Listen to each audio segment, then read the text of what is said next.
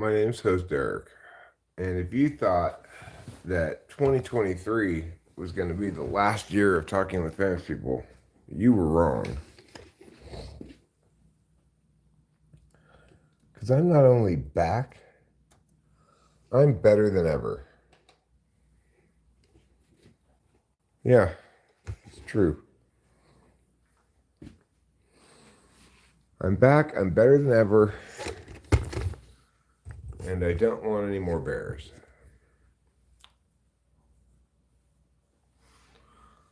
So, 8:15 on a Monday morning, New Year's Day.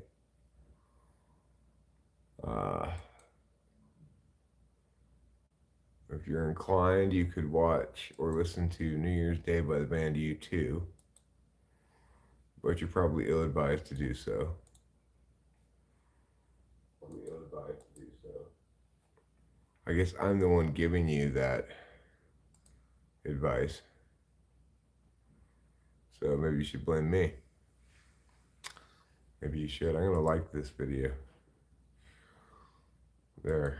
Okay, so this is not going to be an especially long live stream because I do plan to watch the first big college football game today, which comes on at 9.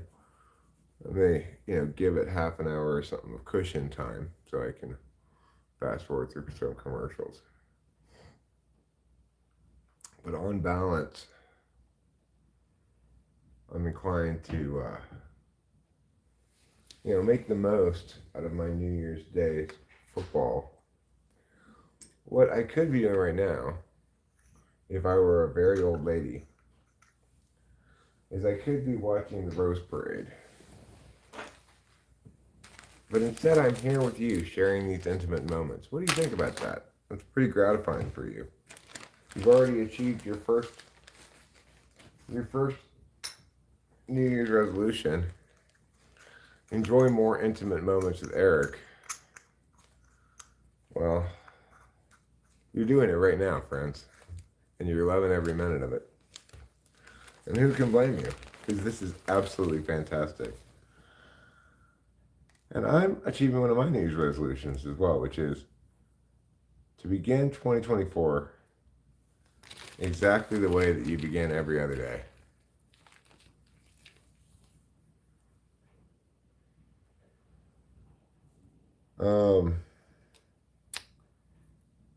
Mashallah to you as well. K.E. asks, yo, question for an elder. Do you find yourself continuously processing the past and having a hard time moving on from things?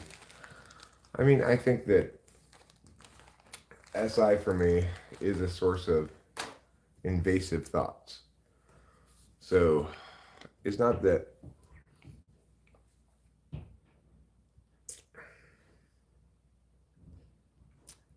guess you might say I have more trouble moving on from things than I think I do.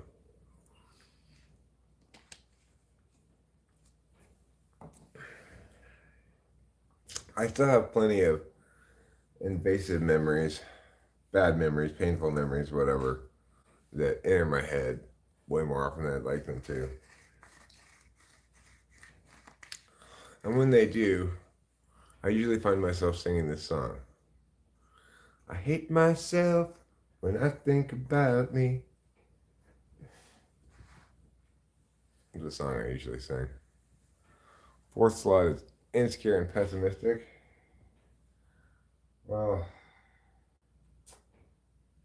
I don't think it's really insecure because I call it the self-deprecating function.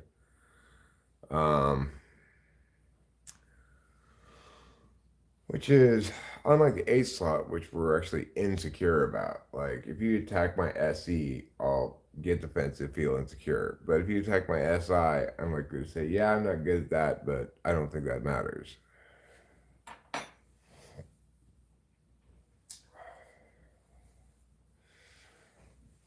But yeah, fuck past, It's like, I'm so jealous of INFJs in that regard. They seem to, like, Rachel forgets about things that make her feel bad or cringe until I mention it again, and then she'll go, ah.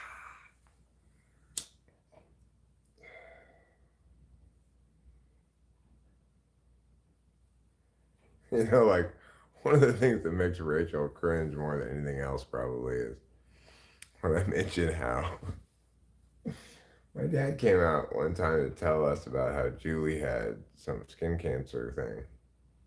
And Rachel's like, oh, it's not a big deal. you know, People get over that so quick or whatever.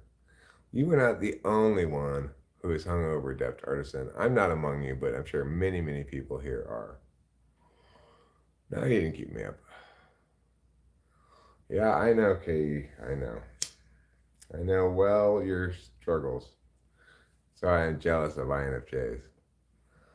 They don't spend a lot of time revisiting unpleasant memories.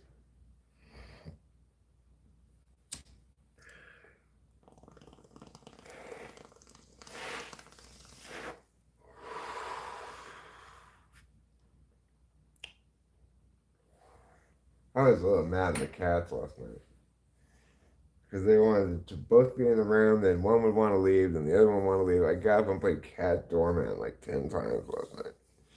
It was super frustrating. Numbers change, but it all stays the same.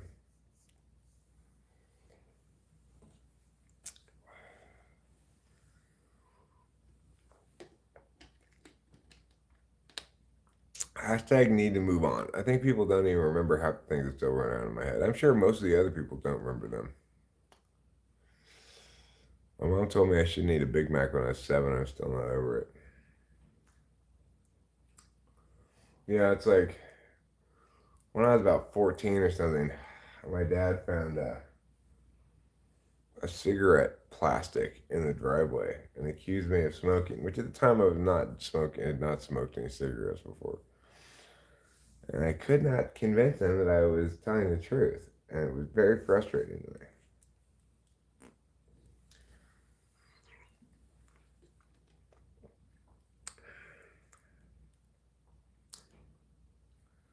Well, that's true. I don't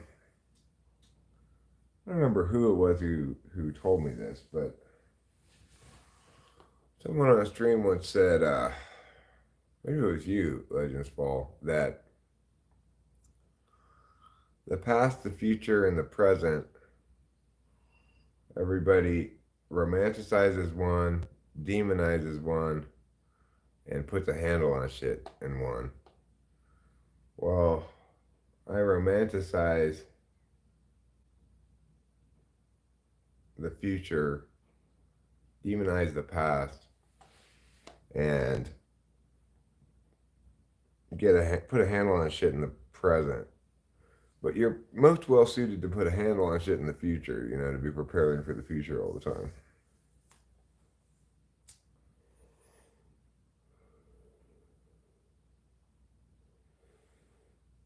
How does SI1 work? Well,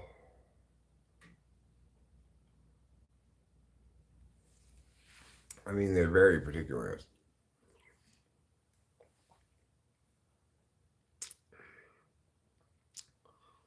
But they're even more consumed with the past than we are. Um, I know Cameron has relevant memories for everything that he he's bothered by lots of bad memories and probably gratified by good ones. Um, the thing about SI DOMs is, on one level, they get it right. They're like they understand that if you can achieve here on Maslow's hierarchy of needs, you should be pretty stoked about shit. First slot is realistic, fourth slot is negative, and fifth slot is idealistic, romanticized. I mean, that's not wrong, probably. You're a son of an SI Dom. well, then that parent probably wonders why you don't, you know, have a better grasp on your bodily experience and your particular experience and stuff like that.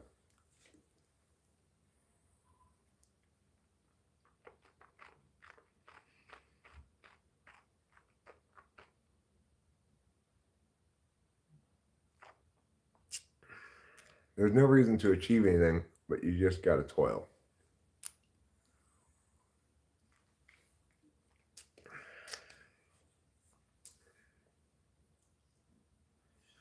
Yeah, I'm pretty realistic about possibilities, you know? Like, I recognize when a situation has too many conditionalities to set for you to actually ideate out the possibilities, whereas my dad never seemed to recognize that. Like, not all possibilities are equally likely or important, but if you're SI tool, you function as though all possibilities are equally likely and important, and you don't distinguish between things that are determinate on a matter and things that aren't.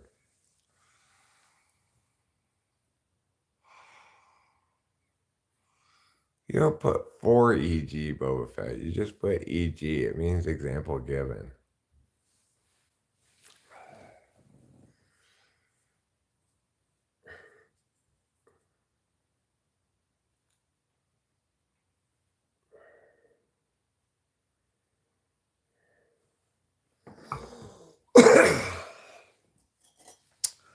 So you leave out that preposition next time, Boba Fett. Okay? I'm telling you, in my capacity as an English teacher.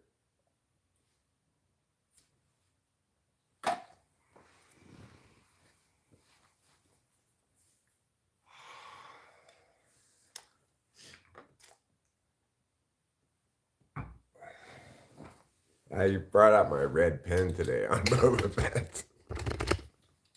As an English teacher, I have written plenty of things with red pen on people's papers before. An English teacher's favorite friend is a pen as red as children's sin. That's a saying they should have for English teachers. An English teacher's favorite friend is a pen as red as children's sin.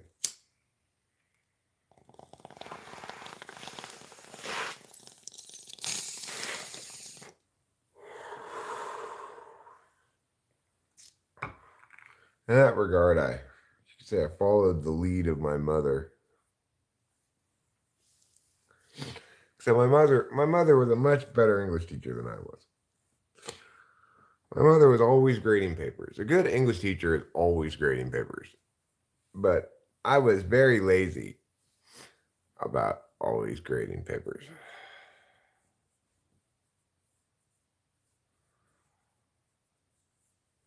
You can always tell a teacher, but you can't tell them much. Well,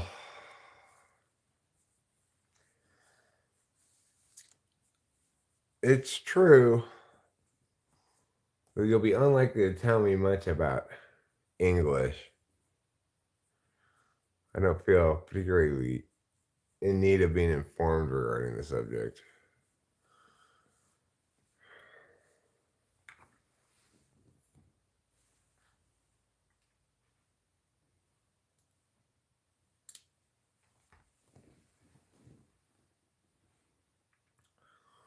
My mom always said, and she's right, that you don't really understand something until you learn it to teach it. Then you really understand shit because you got to be prepared to answer every question. Meow, meow, meow, meow. So, and you got to be so precise too. Like when I made a bunch of logic curriculum, I had to be. I inevitably ended up making some mistakes, like putting in a proof and like on tests and stuff, and say prove this valid, but it was actually invalid. Shit like that. So I was told stuff plenty of times by the students if I messed up. Like they always caught me. Most teachers spend most of their lives in education. Well, that's true. I mean, uh, I would say that I was much happier coaching than I ever was teaching. Coaching's like teaching, but but fully accountable. Fully accountable teaching. That's coaching.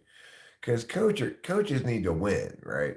Not just teach, and that makes them vastly better teachers than regular teachers.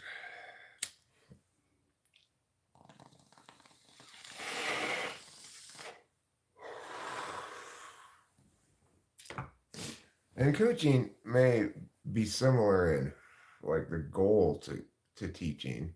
You want to, if you're coaching debate, you want to make sure that everybody understands everything. But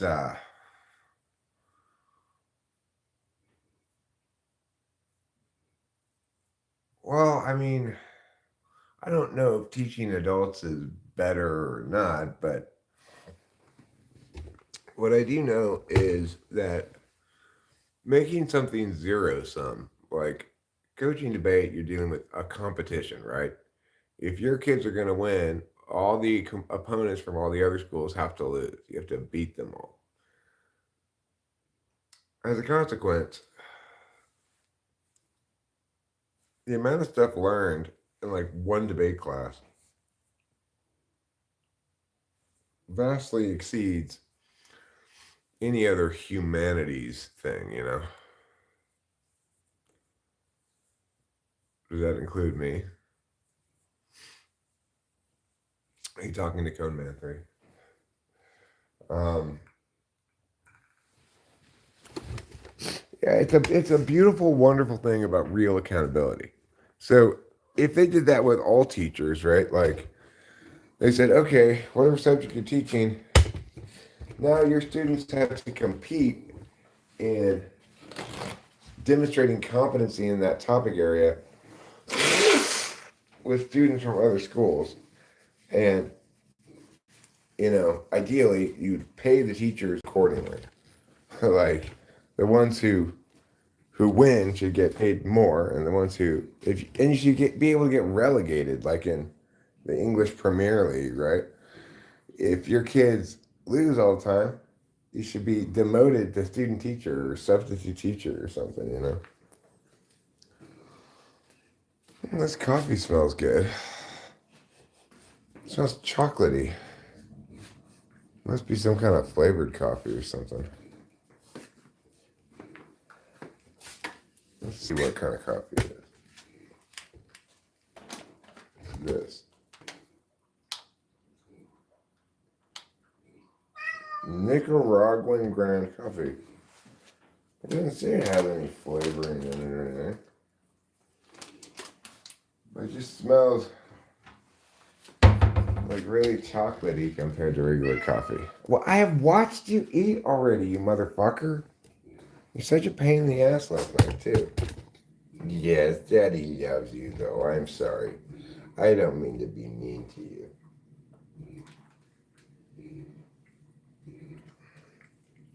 Yes, you're a very good kitty, and Daddy knows. And Daddy loves. Daddy cares, and Daddy trusts. Daddy admires, and Daddy respects. Yes, Daddy emulates, and Daddy admires. Okay. I know cat admiration was probably on your New Year's resolutions list, and I don't mean to have you crossing off things off that list so soon, but we are doing a little bit of cat admiration this morning because Trouble so enjoys being admired.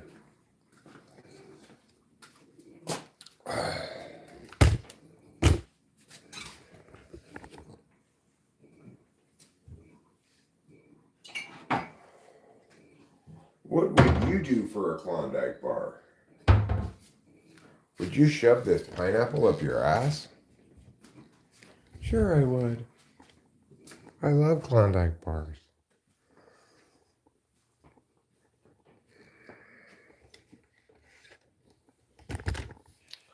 If the school systems became great, then why would we be sitting here chatting? Well, because even if the schools became great, I'd still be super interesting. I wish I were super interesting, because if I were, I'd probably have more people here. Instead, I have to muddle through life being just kind of interesting. I guess people don't really prioritize interesting that much, you know? When I read something and go, oh my God, that was so interesting. Uh, chances are it's not very popular.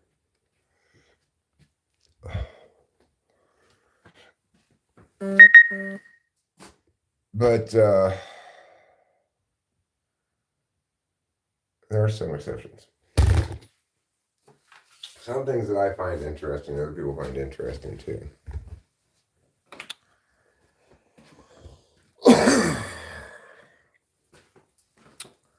The most interesting things I read from my perspective are probably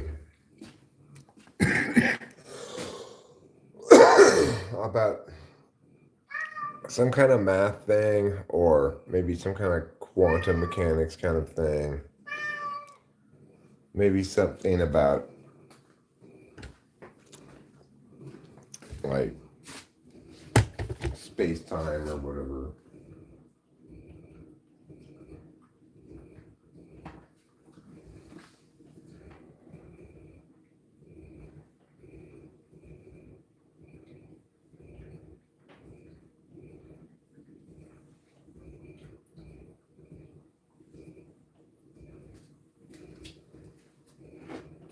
You know, whenever I see an article about dark matter or dark energy, I'm inclined to read it because, of course, those notions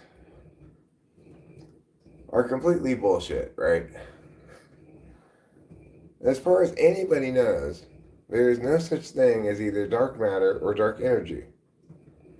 They're mass that scientists, astrophysicists, based on their existing understanding of the universe, think ought to be there, but that's missing, right? Same with dark energy. So, I mean, they're completely non-explanations that just like force the data to match the prediction by creating some made up shit. Because their data doesn't match their prediction, right? But it's not a good reason to make up things like dark energy or dark matter. It's just silly how dumb it is.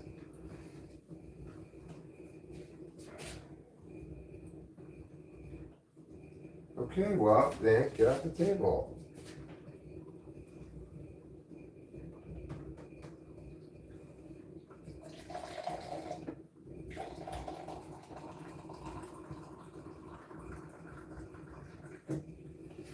Coffee might be still a little bit weak because I just started this thing this morning. But I'm going to get early admission to Coffee U.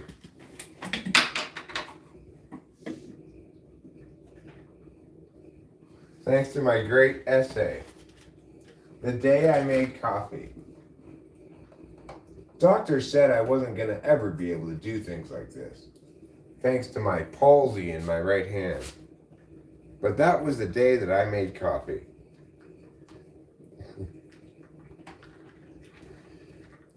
Hi, my name's Jonah, and I was born with palsy in my right hand, causing me tremendous difficulties. I overcame my disability with perseverance and faith in myself.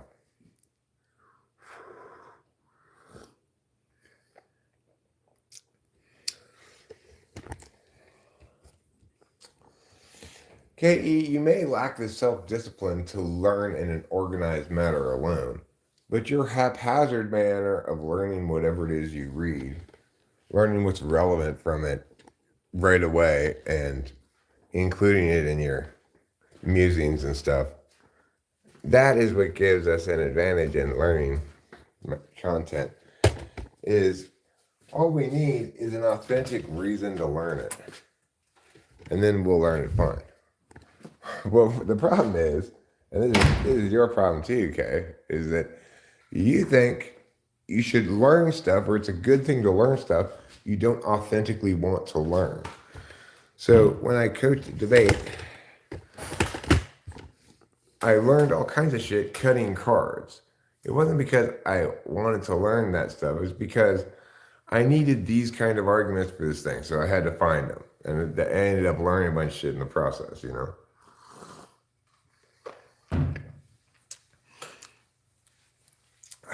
The thing I keep trying to explain to Jeffrey too. You don't go to college being like, I want to learn computer science. You want to have some concept at least of how or in what fashion you might use that thing.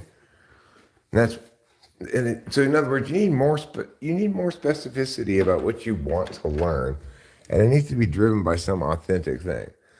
Like Jeffrey has this notion to code out this debate card app that basically organizes your cards, and my position on it is, to make this idea work, you're going to have to tag out all the cards with all the criteria and just basically do a parabolic search. I can even conceive of how to do it with like, what are they called?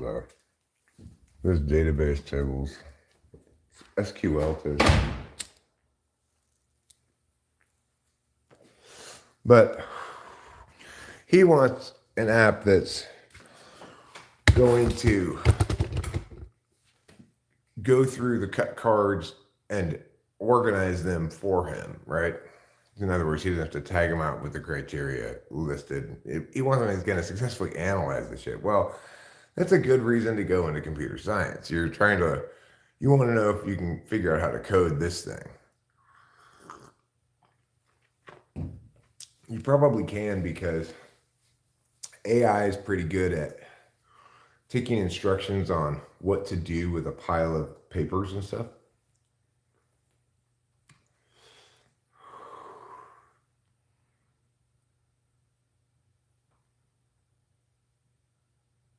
Your body is too precious, so no thank you.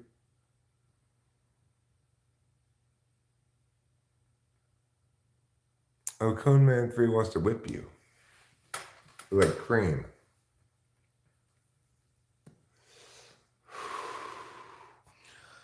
And then compress you into a can and fill the can with nitrous oxide.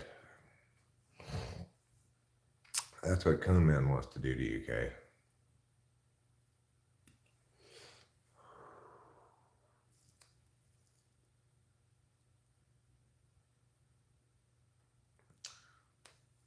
Not a terrible way to go, I suppose. Death by nitrous oxide. Of course, to squeeze you into that little can, you'll probably already be dead.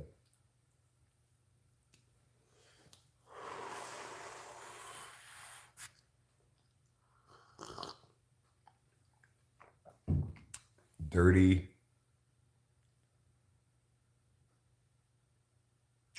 more? Dinty more.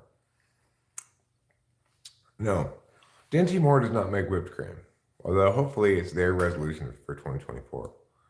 If your personal value is to help people, is that FI or FE?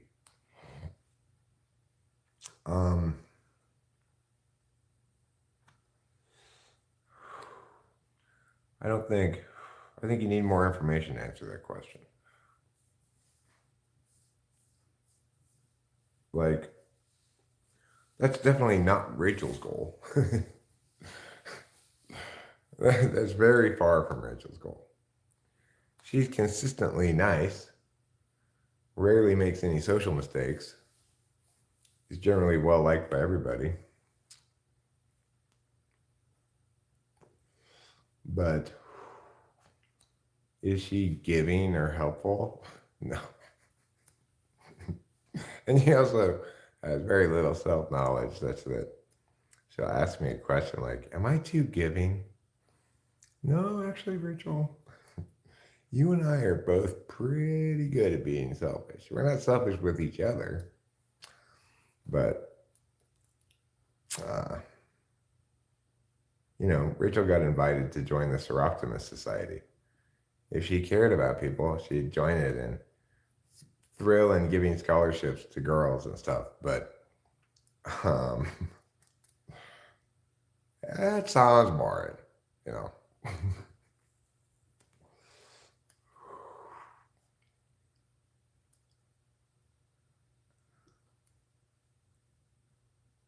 If humans invent microwaves, are microwaves human too? Um, I guess it depends on the species of your microwave.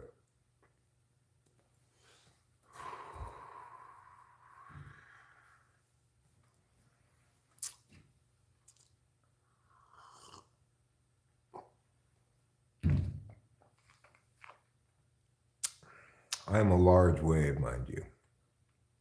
You're a large wave? Huh. Do you give permission to your heart to keep beating, or does it just happen? Um, it did not require my explicit permission to keep beating. Nor will it stop beating if I refuse to give it that permission.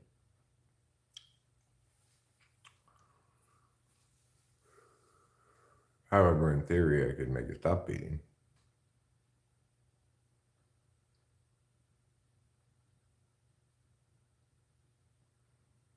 If humans invent wheels, are humans wheels too? I don't think so, Kay. I think wheels are not humans because wheels are birds. But microwaves, they're a variety of different species. Obviously, that's a category error. Things that are not animate objects, things that are not agents, are obviously not living humans.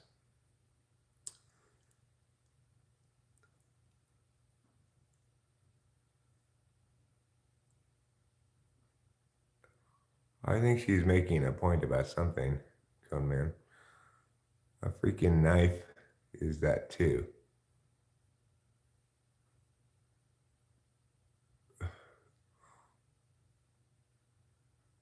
Or I would not move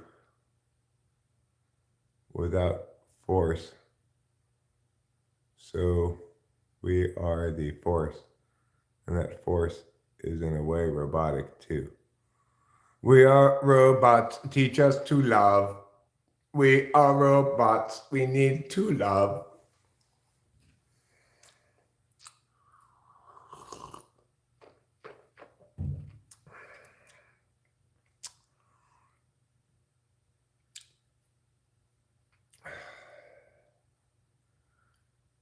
We were all robots till Adam shared the apple with Eve.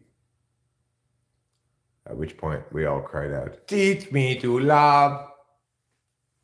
Teach me to love.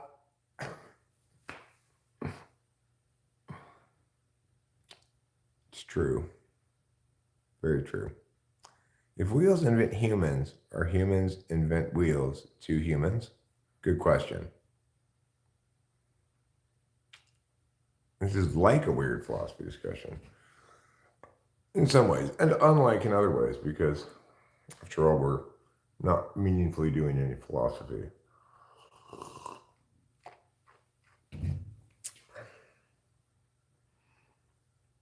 I mean, sure, you could say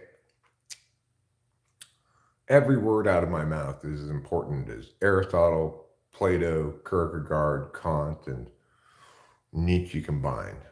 You could say that. And you wouldn't be wrong. But probably most people would disagree with you.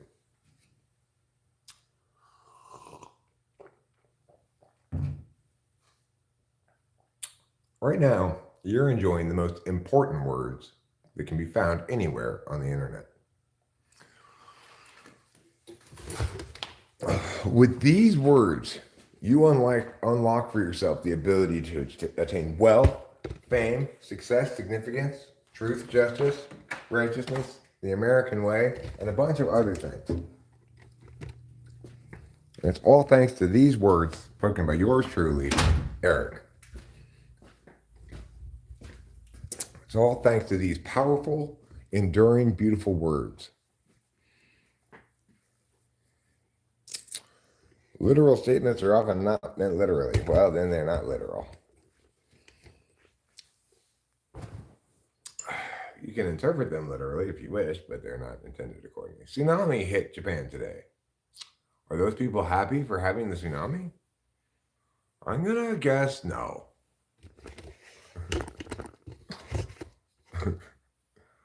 3 minutes until what?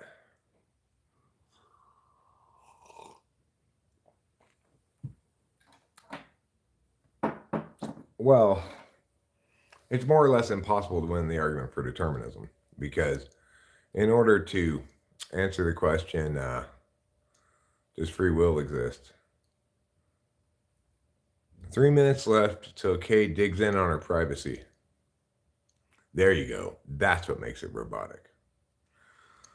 I see. Well, I bet you people who work for water damage companies are not necessarily unhappy, as long as they didn't get hit by the thing themselves. So yes, free will obviously exists because in order to convince me that free will does not exist, you'd have to provide a meaningful distinction between what the status quo looks like and what a status quo in which there was free will looks like, given time moving linearly forward.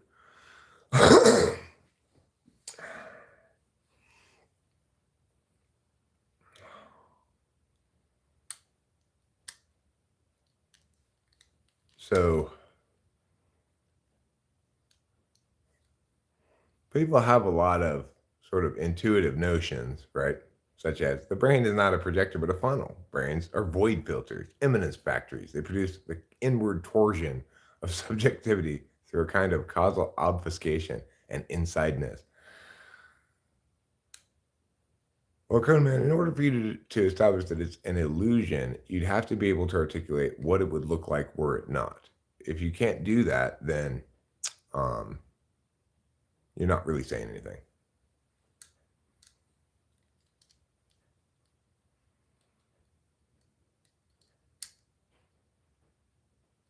I never have ideas that words are inadequate to express. That's something that I suppose is most powerfully linked with FI, probably.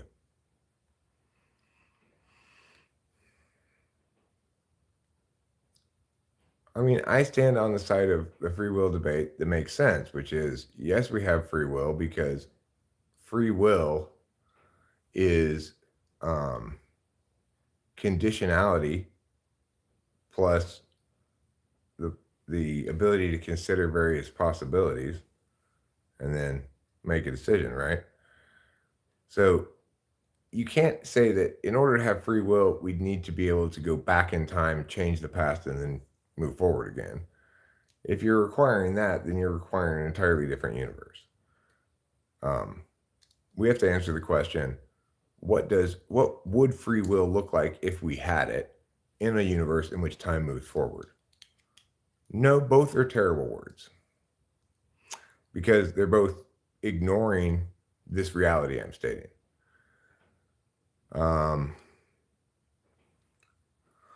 other words, we can articulate varying degrees of freedom through which we act. In other words, I can do something at gunpoint, or I can do something because I feel like it. Right now, I'm doing exactly what I feel like. Other times, I don't. I do stuff that I have to do, quote unquote, for various reasons. So we can articulate differing degrees of freedom through which we act, and we can articulate instances of in which we exercise conditional considerations before choosing something. But just because we can't put together a reducible decision making process that doesn't link back to actualities, it's conceivable to try to play every directions up and say, therefore, because we can point to various factors that were involved in making a decision, that those factors made the decision inevitable, but there's no reason to conclude that. So that's why obviously we have to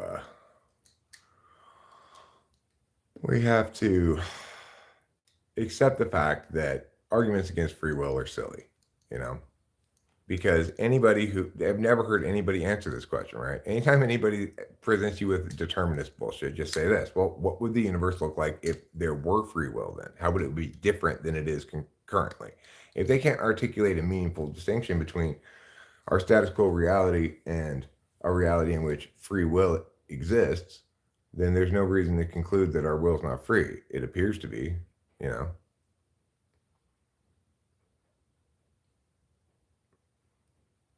Again, Cone Man 3, there's no point in going further. If you can't articulate a status quo in which free will did exist, then you're not really saying anything.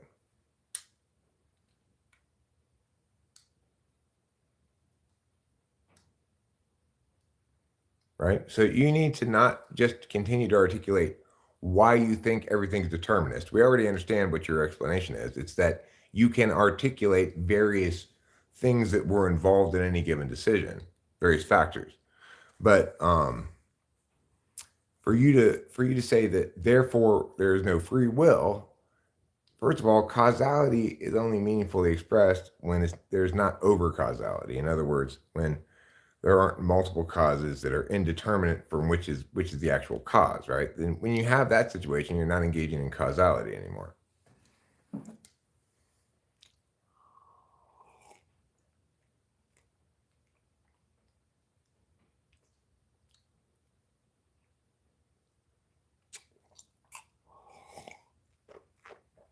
There is no knowledge that's acquired independently of any particular experience. There is, however, an implicit logic architecture to language, and people have differing relationships with how they pay attention to that logic architecture. In other words, um, language, every bit of language always unlocks every kind of concept.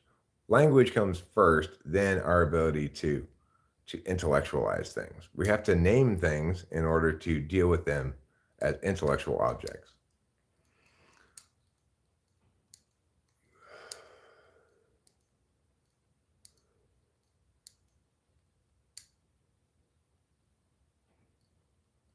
Well, sure, but Conan 3, what I point out is this: that, for example, I'm mostly bald, and we know what that I'm mostly bald because we can compare my head against other heads that have hair on them, right?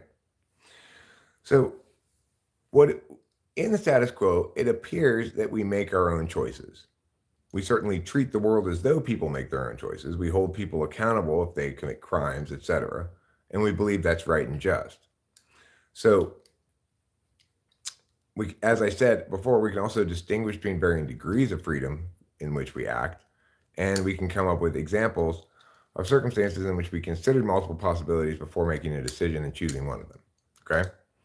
So, in other words, I agree with you that it's hard to envision a reality that doesn't exist, but I can point out what it would look like if we didn't have any free will. In that scenario, you'd imagine some other party having electrodes connected to various parts of your brain, and then using electricity to stimulate those parts of the brain and compel your body to move in certain directions, compel you to say certain things, maybe even compel you to feel certain things. That would be what it would look like if you did not have any free will. Now, unless you can make an equivalent distinction for what it would look like if we did have free will that is clear and intellectually you can do something with it, right? Then there's zero reason to listen to you any further about the topic, right? Because then you're not really saying anything. You're not making a meaningful distinction. You're just playing with words in a assembling fashion.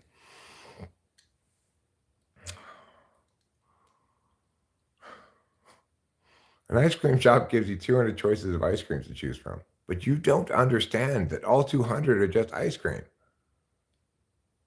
Okay, but Cone Man 3, then tell me what it would look like if the choice I made were not inevitable. So I made a distinction between the status quo and what actual determinism would look like.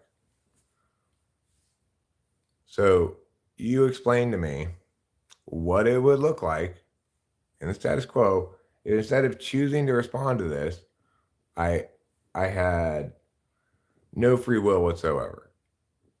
That in fact all these things were inevitable. If you cannot draw a distinction between that universe and our status quo, then we stick with the status quo, obviously, because you've not done any intellectual work. You merely pointed out that there are factors that play a role in me making any decision. That does not remove free will from me, obviously, right? In other words, if I did have free will, I'd still have to consider multiple factors before making a decision. So the universe in which I do have free will looks exactly the same as the status quo. And the universe in which I don't have free will that I've articulated looks very different from the status quo. And you've not articulated a third alternative. So obviously you're wrong. And you're just being silly, right? Well, Command 3, you're not saying anything. Remember, you're not saying anything because you're not articulating what it would look like in the alternative. So listen to what I'm telling you and hear it rather than just ignoring it.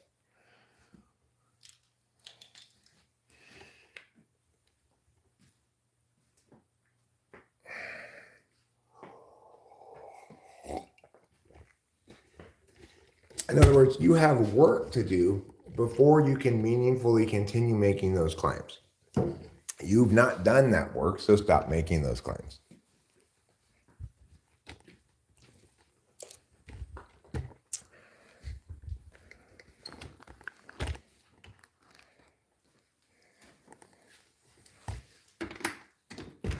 When a claim has been rebutted in full and you've not answered the rebuttal, that's the universe telling you, I need to stop thinking this way, stop making these claims, and reevaluate my understanding of things.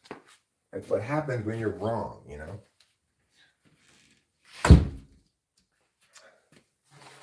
This is one of my biggest frustrations in life is that it's like if you're driving in your car and you get a flat tire and all of a sudden your car's going boom, boom, boom, thump, thump, thump, you pull over and you go, okay, I can't drive on this flat tire. I need to change the tire, right? But people don't have any level of equivalent sort of mindfulness regarding what they're saying. So it's like what just happened there, Manu, John, and Cone Man 3 is you got a flat tire, but you're still trying to drive on it. I don't understand how people can do that, but you know, it's because they're them and I'm me, I guess.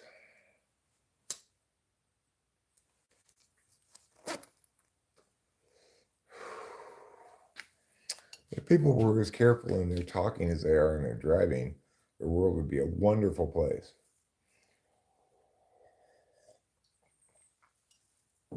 I'm continually amazed by how successfully people can drive cars at high rates of speed with just a dotted line between them, you know, and never crash.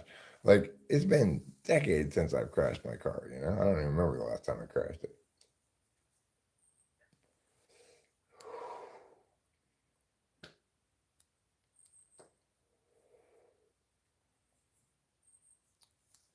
Isn't it amazing? It's like you have all these fallible human beings in varying degrees of distraction, hurtling down the road at 80 miles an hour with just a dotted line between them and the person right next to them. It's crazy that people don't crash way more often.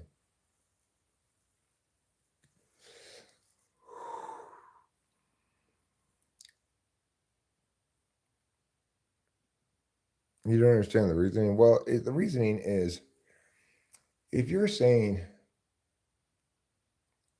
that thing that looks like a bear is actually not a bear, then you've got to draw distinctions between an actual bear and the thing you're saying is not a bear. So let's say I were talking about a panda bear.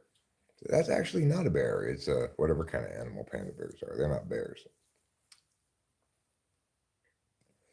And I could say, you know, bears, things of the family Ursa, whatever, have these traits, all share these traits, and pandas actually share traits with this other kind of animal, yada, yada, yada. So I could explain what the standard that would have to be met for a thing to be a bear, right? I can explain the standard for freedom in a couple of different ways. Number one, I can explain that we have different degrees of freedom in the various actions we take. And number two, that we can conditionally consider various possibilities before making a decision, both of which would be prerequisites to free will. I can articulate what it would look like if we didn't have free will by thought engineering a scientist who's got electrodes all through your brain, controlling everything you do. And in that instance, and you feel and you think somehow. In that instance, you would have a total lack of free will. You'd be an automaton. So I'm making a distinction that's meaningful. When you say there's not free will or that it's an illusion, you're not making a distinction that's meaningful because you can't articulate what that distinction is.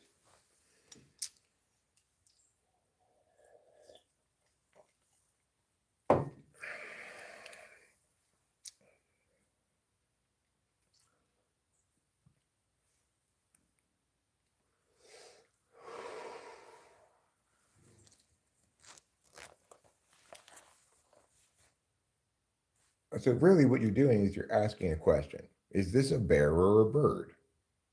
I'm saying it's a bear because it's big and furry, it's a mammal, it hibernates, it's omnivorous, etc. You're saying it's a bird. I'm saying why? And you're saying, well, it eats berries and seeds like a bird. But you're not even saying that, right? You're just saying, well, it's a bird, and I can't tell you what a bird is because birds don't exist.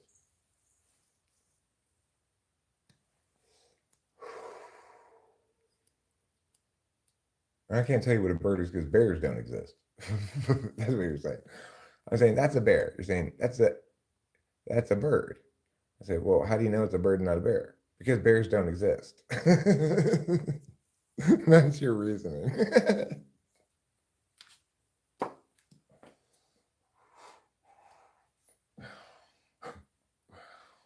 Granted, if bears don't exist, then it's got to be not a bear.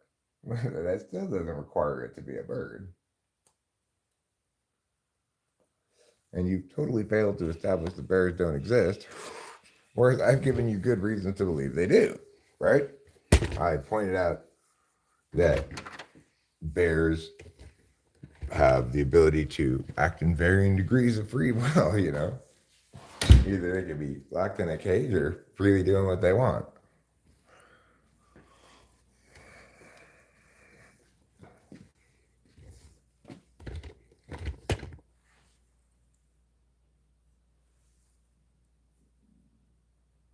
No, I can distinguish between introverted intuition and other ways of paying attention.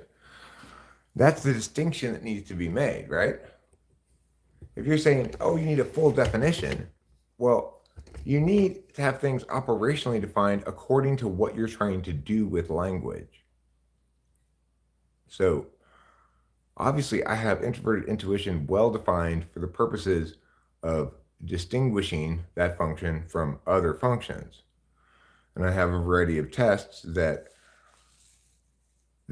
attempt to and largely are successful at um, determining, say, NI polar. I've got good NI polar test.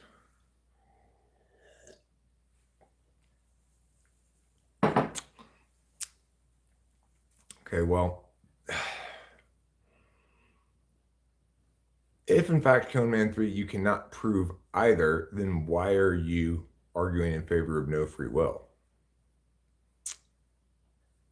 You should be arguing that we don't know whether we have free will. You should be arguing that you're agnostic on the issue. But instead, you're arguing determinism. So we'll have to discount what you just said or everything you said prior, which is your choice. You can sever, as they say, from your previous arguments if you'd like.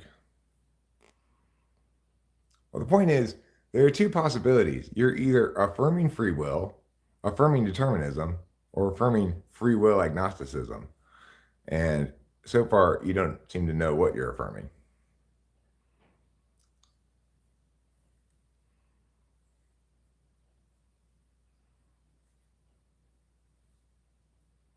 That's another excellent question that Carlos Paeta asks. If you don't have free will, what blocks it?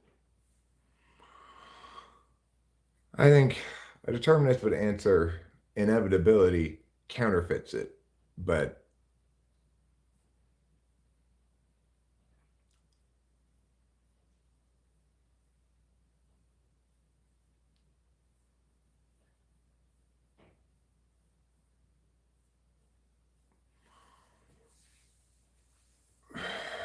I think it's people have a desire in both directions to do one of two things: to either reduce people to to mechanics, in other words, make things entirely physical, make people into entirely physical beings. That means even their metaphysicalities are determined causally in the physical world somehow. Or people have a desire to reduce human beings to just their metaphysicalities. Like people like Elon Musk think, oh, well, someday I'll be able to upload my consciousness and be rid of this pestersome physical body. um, but of course, to be human, to be fully human, is to have both aspects. There are parts of the self that are determined physically that you don't have much control over.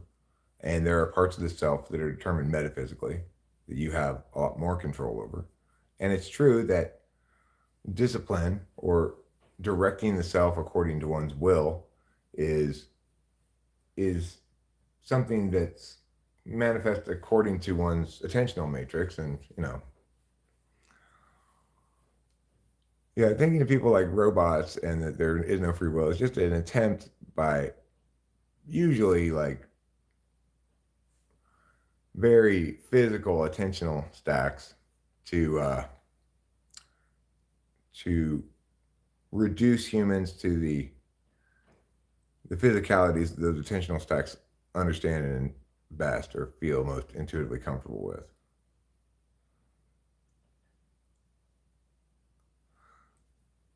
Well, that's again, Gen Xio, that's what you call a tree falls fallacy, which is it's contradictory premises. If, well, I guess it's not necessarily if somebody else knows the clock is rewound.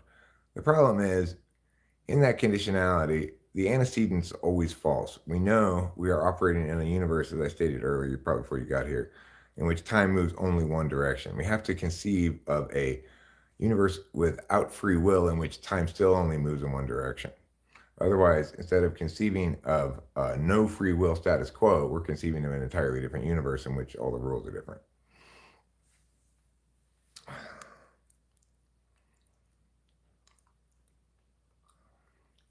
I mean, yeah, legends fall. But the thing is, I don't think determinists ever actually are in favor of that. They don't check they don't check against reality at all, which is odd because it's such a physical position. But um obviously if you check against reality and the status quo, we all behave as though people are accountable for their actions. We believe criminals should face some kind of punishment as justice to restore an equilibrium, etc. That's how we all behave. how we operate in the real world. But determinists don't think that. I mean, inherently, determinists are not good metaphysicians, right? So they're not thinking about how the map is going to cascade down, and and then checking against those cascades against what we know in the status quo to see if there's consistency. They believe that mapping is their tool to compel the world to, or like, whatever I say I am is what I am. If I get this type label, I'll be those qualities.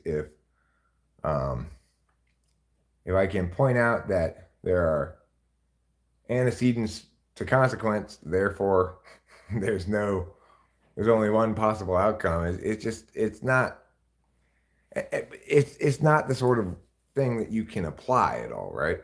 That's a good sign that it's wrong, of course. Well, it's only fun until you have the correct answer. It's not like there's not a single correct answer to it. The correct answer to the question is the one I've articulated here, which is until and unless the determinists can articulate what a world with actual free will would look like, they're not saying anything, right? They're not doing any intellectual work. They're just playing with labels to no end whatsoever.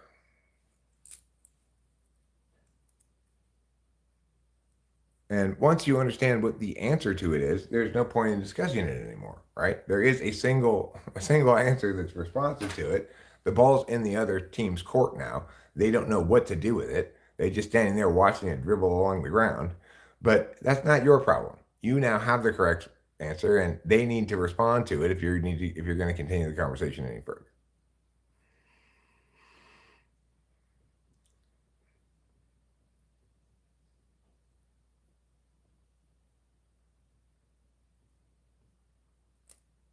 And it's important to remember that that's true for every issue that's in dispute.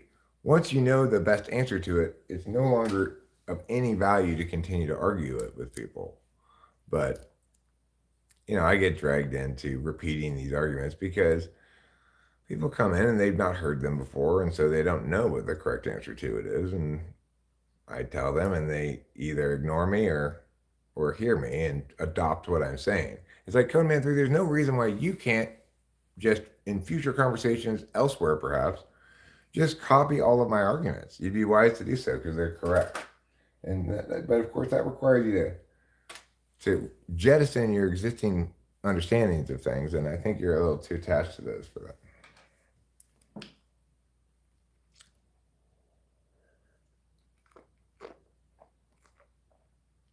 Free will can also be argued as a quick route to condemn people without trying to understand why.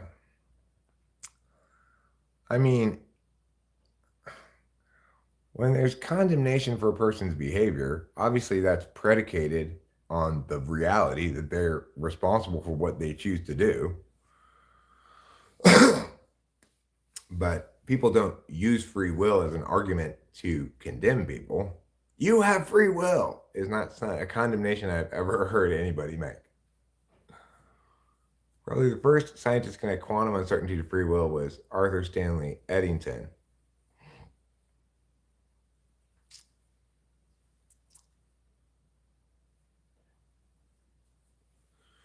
So a lot of people, because of my like history and debate and stuff, mistakenly believe that I like debate. I I like productive intellectual discussions with people capable of doing it, but I don't like debate. It's mostly just banging my head against the wall, especially if it's a topic to which I've already articulated and determined the single best and therefore only one that matters argument on the issue, right? So most points in dispute, especially if it's you've got two people who are disputing it, it's very easy to resolve the matter if they both just shut up and listen to me explain how all the mechanics, the argumentation on this particular issue work. and how they all play out ultimately. But nobody wants to do that because everybody thinks that they're a brain surgeon, even when they're just hammering somebody's skull with a hammer.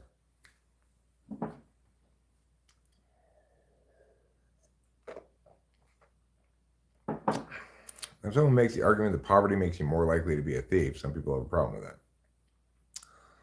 Well, people should have a problem with that because it's not relevant to anything, right?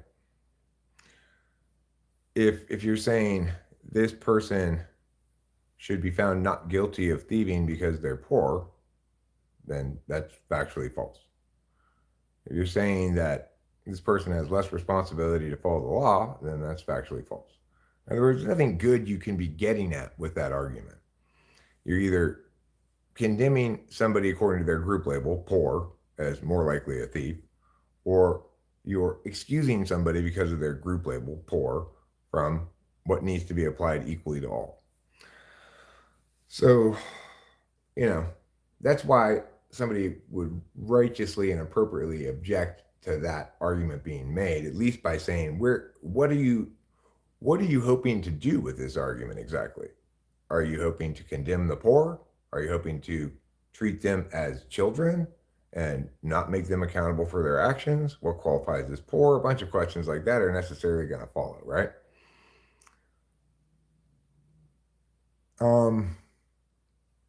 Well, fortunately, stealing is not something that is like the weather, 80% chance of rain, right? Most people who have character have a 0% chance of stealing. Some people who lack character have an increased chance of stealing, have some chance of stealing, right? So what you're really saying is that poor people lack character. And I find that offensive. I've been poor before. I've been rolling. In both situations, I was not a thief.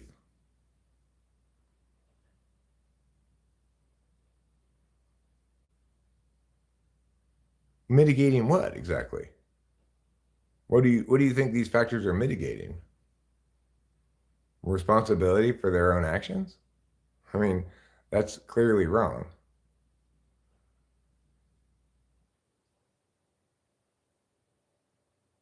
You're not making a point, right? You're not saying what it's supposed to mitigate. Well, I understand what you're saying. You're not saying anything that makes good sense. So until you do, then the problem isn't my lack of understanding, it's your failure to communicate. I understand all of your words perfectly.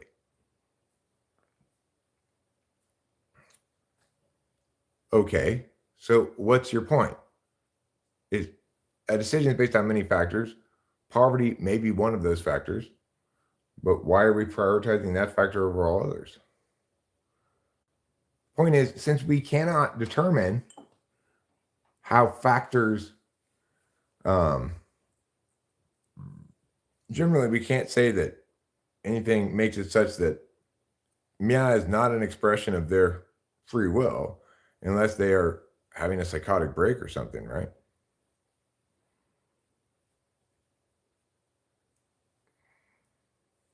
I mean, what the point, the question, the thing is, you need to understand, first of all, what it is you think you're mitigating. Well, Cone Man, sure, right. In other words, if you murder my wife, it doesn't matter what your personal circumstances are, how fucked up your life has been, or whatever. You're a murderer.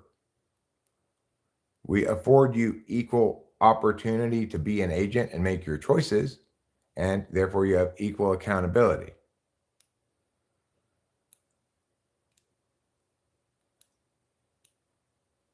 No, Gen X Hill.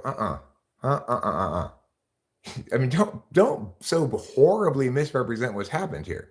I've articulated to Cone Man what work he needs to do to make his affirmation. He's failed to do that work, therefore we negate by default. You don't understand either, apparently, Gen X and Neil, what language is for, or that these are language acts that are not predicated on our understanding of the purpose of the universe at all.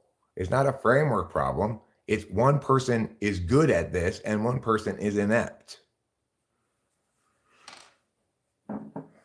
It's like saying that people driving on the road at highway speed with a flat tire are just driving in it with a different framework. No, they're being completely oblivious to a significant problem that should prevent them from driving further. Okay?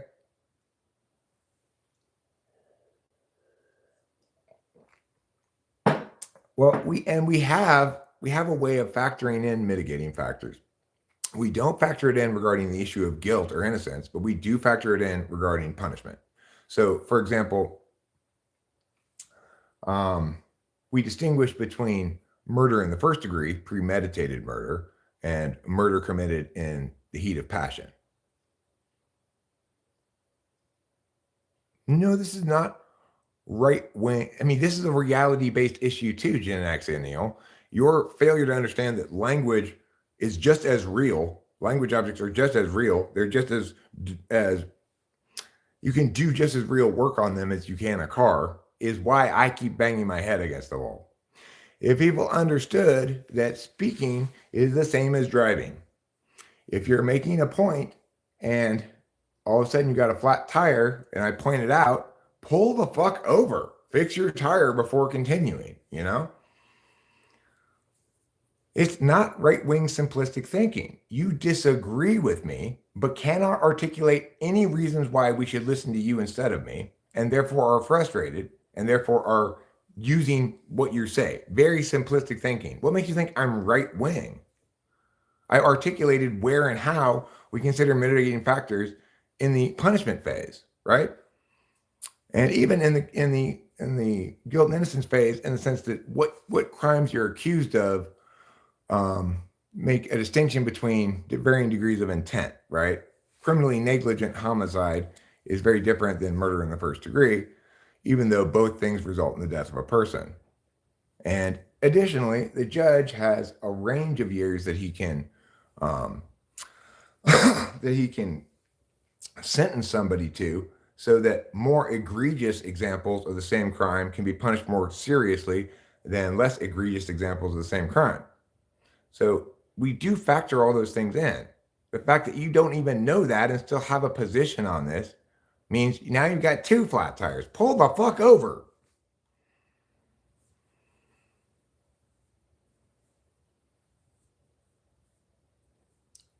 When did whatever become a crime?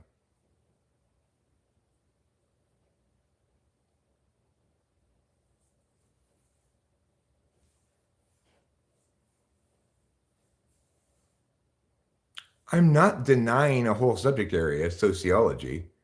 You're not making any points that withstand scrutiny, okay? You're not articulating a real argument. You're saying we should consider factors like a person's poverty when sentencing them. I point out that we already do. We've got 3 layers of mitigation invested in the existing system, both at the what crime are you charged with, what crime are you convicted of, slash, and then also in terms of sentencing ranges the judge can sentence you to, just judicial discretion, which is all factored in. So how is that conservative? I'm describing reality. Is that a problem for you? Is describing reality conservative or liberal? I don't think so. Don't use your labels on me, please. I'm a correctist. My position is to be correct on every specific position and not to have a stupid group because I'm an actual smart person. It's not an excuse for thieving, obviously. It may be a good reason to be merciful in the sentencing, right? Maybe probation instead of jail because of extenuating circumstances.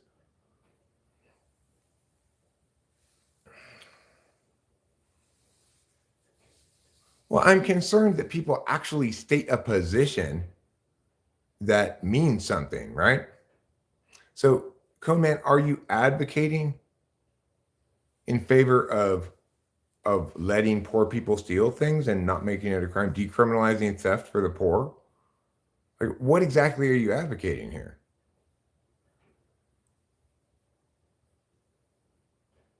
I'm not getting heated when challenged, and he's bringing things to my attention that it's like, okay, so poor people presumably, let's assume it's the case that poor people are more likely to steal. What's your point? If you're saying we should consider that in sentencing, we already do. Judges have judicial discretion, and the convicted gets a chance to plead for mercy and so forth, you know? So is he really bringing anything to my attention that I need to discuss?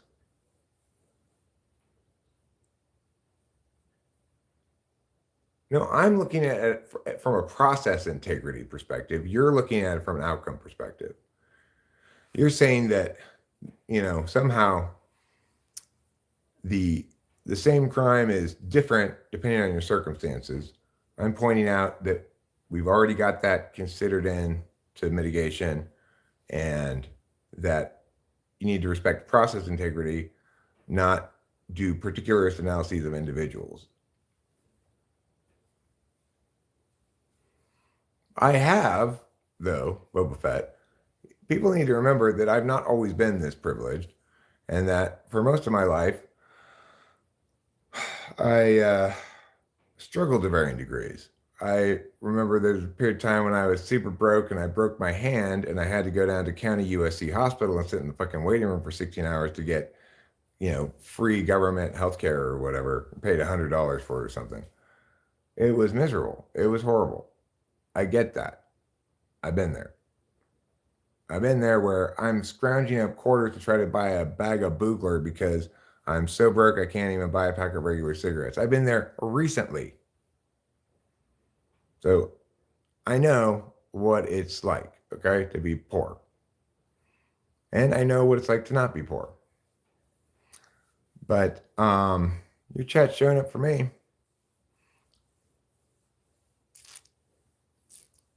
The point is, privileged or not, it's like when you're talking about applications of the law, then the question is pretty straightforward. Is it, are you going to apply, do you uphold the principle of equal protection under the law, or do you not? If you do, then even privileged people should be able to have thieves arrested when they steal their stuff. And those thieves should be held accountable by the system in a fair and equitable way that deals with everybody the same, regardless of their circumstances or background. This is important because, remember, poor people might need protection of the law as well. So they need to know that when they're victimized, that the law will treat their victimizers exactly the same as everybody else, no matter how rich and privileged they are. Unfortunately, there are structural advantages for the wealthy that make it more difficult to hold them accountable for crimes often. And that is unfortunate. But the biggest problem in American criminal justice, is plea bargaining. Plea bargaining allows prosecutors to overcharge people and railroad them into accepting guilty pleas for crimes they may not have even committed. Even if they have committed the crime, it denies them the procedural protections of a jury trial that they should be enjoying. So what we need to do is disempower prosecutors substantially in this country. We need to make overcharging explicitly an example of prosecutorial misconduct, and we need to remove plea bargaining from the equation. If we just remove plea bargaining from the equation, overcharging will go away too.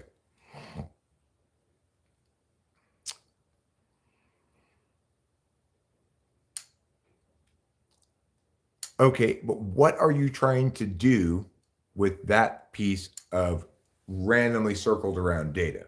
Okay, because we can look to a number of different factors and see various correlations. What are you trying to do? Let's say we let you establish this correlation, and we all accept that it's true. What you're saying here, difficult circumstances on an aggregate basis increase the chance of criminal acts. Now, what do you want to do with that established observation? We all agreed with it.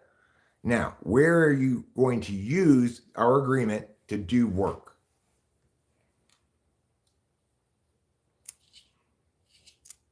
Because it seems like you don't want to get into the nuts and bolts of it. If you're saying that people who are poor are somehow less responsible for their criminal activity than people who are not, then how would you like to see that manifest?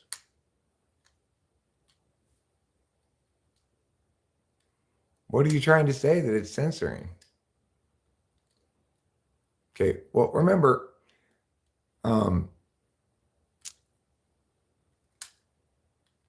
how do you plan to reduce poverty? Are you talking about reducing your own poverty or someone else's? Anybody who's talking about reducing poverty as a social program or something needs to make more money and give it to poor people. That's what they should do. That's their advocacy.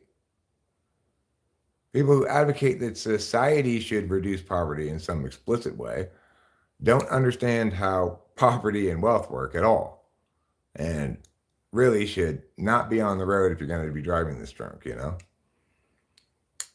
There was a purported war on poverty that had absolutely no impact on poverty in the country. Rich often, instead of facing issues like poverty, choose to demonize the poor. Okay, well, then Code Man 3, it sounds like what you're saying is you need to get rich and give your money to the poor. So go ahead, get to work. Get to work, Code Man 3, make a bunch of money and give it to the poor. And don't worry about what other people are doing with their money. How about that? I didn't see, obviously, I don't know if there's a comment that disappears because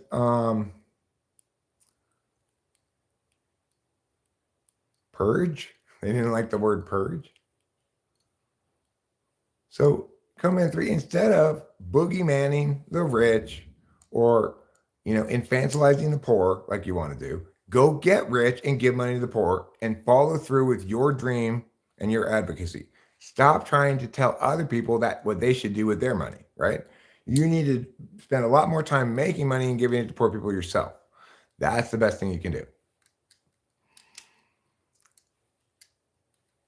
Okay, well, Jimmy Blaze, I probably would be well served to be more friendly with people. But, when you're driving on a road full of drunk drivers swerving all over the place, people with flat tires driving blithely on as though nothing were happening as their rim grinds sparks into the cement, obviously I'm going to use my horn more than ideally one would, It's like everywhere I go, it's just to say here, I encounter this sort of like it's pre-politics, right? It's like a childlike politics theater. So, obviously that annoys me because there's no area in the world where we actually need people to be able to tell whether they're adults or children more than politics. Like, you don't see me telling everybody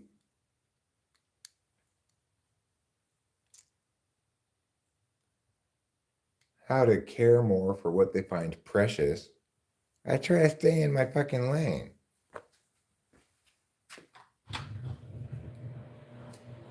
I don't need to open it. I don't know why I opened it.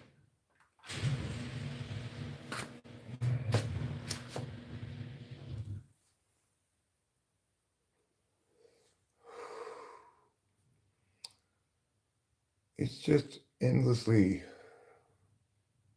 depressing to me to have clarity about what meaningful political discourse looks like.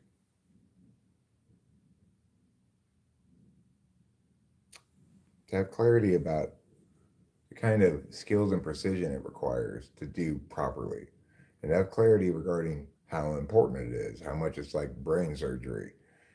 You know, you can't have amateurs doing political discourse and expect anything but disaster, right? If they don't recognize that what they're doing is pretending to talk about politics, they're just a real part of the problem.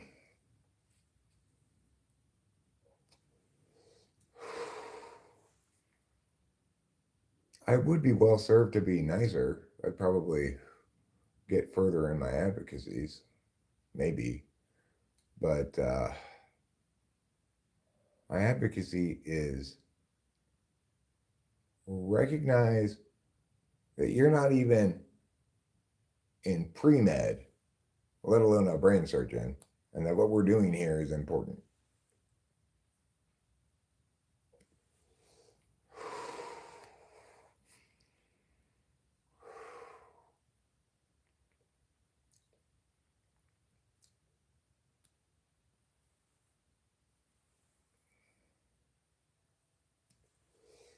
It's across the board, it's a disregard for process integrity that ultimately is the biggest threat to civil society.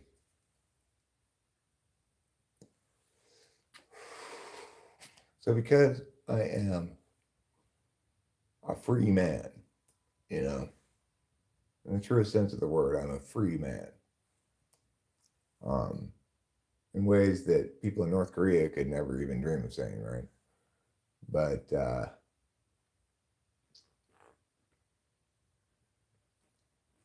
that's important to me that not only I get to be a free man, you know, but that poor people get as much right to be a free man as I do, and rich people get as much right to be a free man as I have, you know. That we not presume to know what's best for other people in exercising their free agency. I'm a patriot. I believe in the nation of America. I believe in the Constitution. I believe in process integrity, preserving our civil society and the opportunity of everyone to have prosperity. I believe in upward mobility, which means I don't believe in progressive taxation.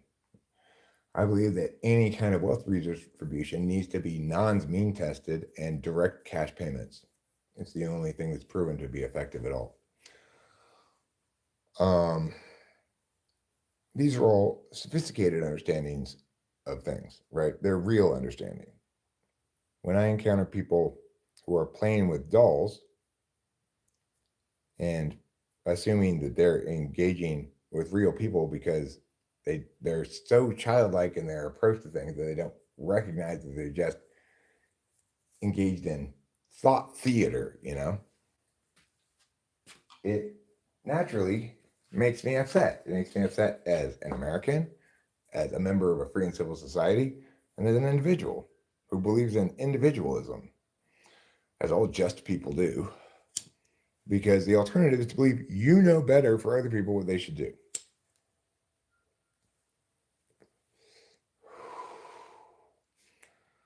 Like when you're talking about how poor people are more likely to steal, you're basically saying to anybody who's poor, you don't get to be treated like a regular human being.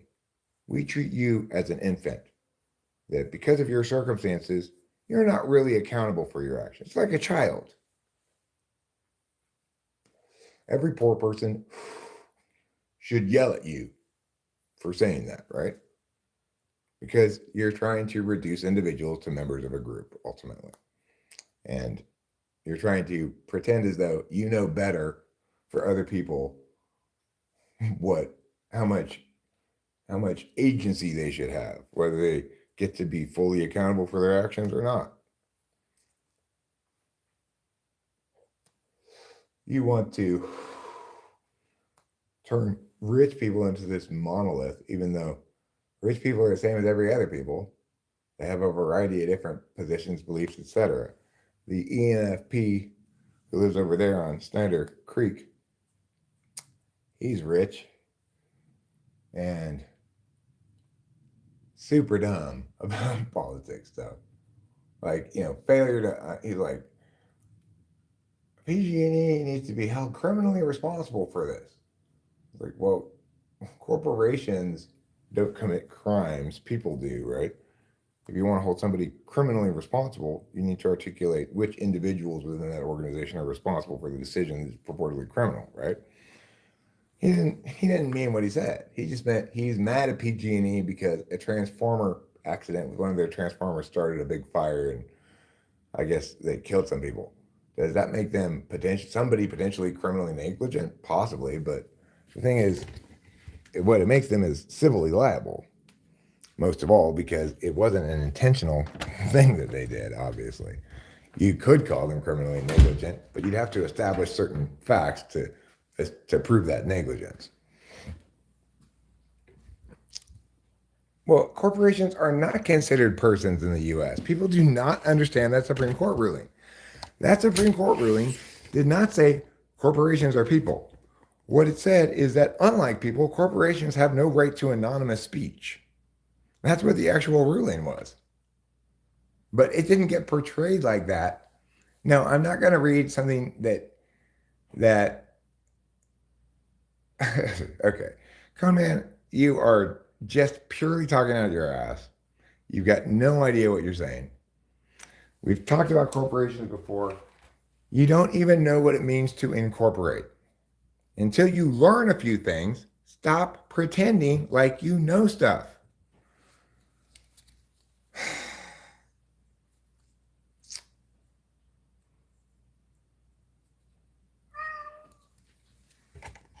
According to Business Insiders, Neanderthals and humans may belong to the same species, say scientists. Okay. But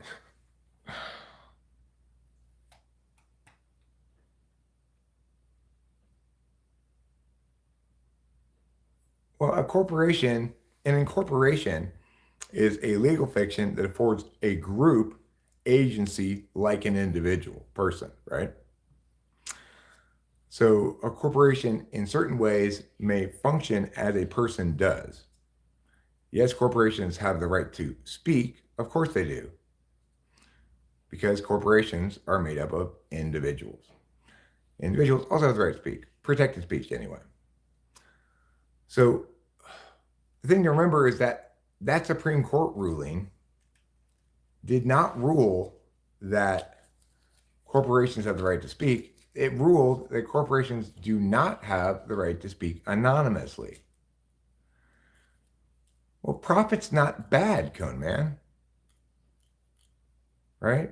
So, in other words, if you don't use a gun to stop people, they'll engage in mutually beneficial commerce.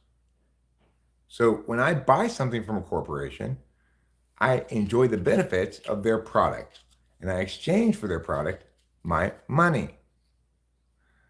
You don't even know what any of these words mean, so just stop talking. You don't know what those words mean. What do you think those words mean? What is democratic pluralism? What do you think that means? How would it be different than the status quo?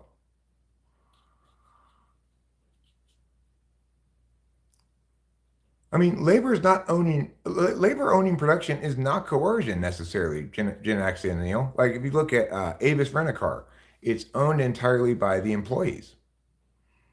But you know how they came to own it, Gen X and Neil? They bought it. Duh. Would you like their ownership to be removed from them by some other party for no good reason except your randomly unthought out ideas? Pluralism is using different systems in parallel. So which do you prioritize when they conflict?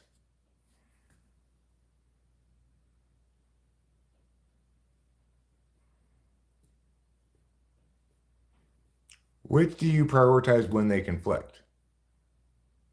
Right. So Gen X Ennial, if you like that, remember that the employees own the company, right? In other words, individuals own a share of the company. That's not socialism. That's capitalism.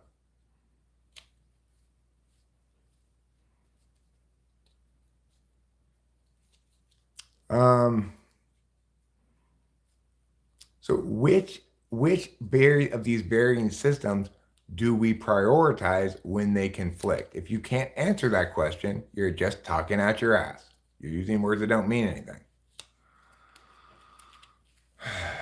So one example of democratic pluralism, as you use the term, you won't be able to come up with any examples of it, but I will give you an example, is when the courts view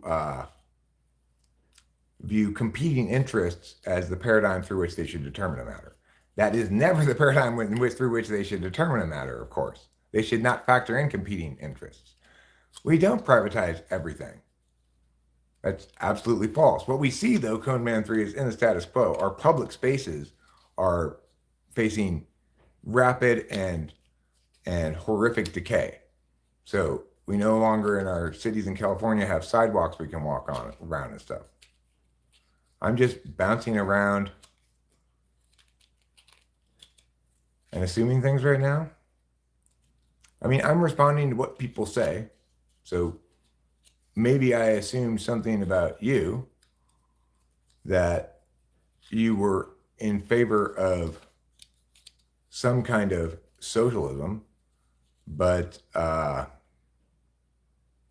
what you're really articulating is not socialism, because socialism necessarily involves force, right? Use of force to take away people's stuff with no good cause, and an attempt to believe that your centralized vision of how society ought to be is a better approach than letting individuals make their own decisions. You're responding without the full context? Well, I mean,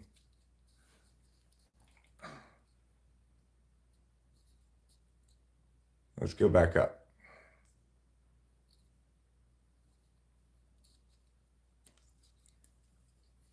How is labor owning production coercion? I mean, it's like it's like Legends all said. It depends on how they got it, right? So the question suggests that you don't know the answer, right? Technocratic neoliberalism, huh? Well, you certainly do have a lot of labels that you don't define, really. Those labels won't help you think about things well.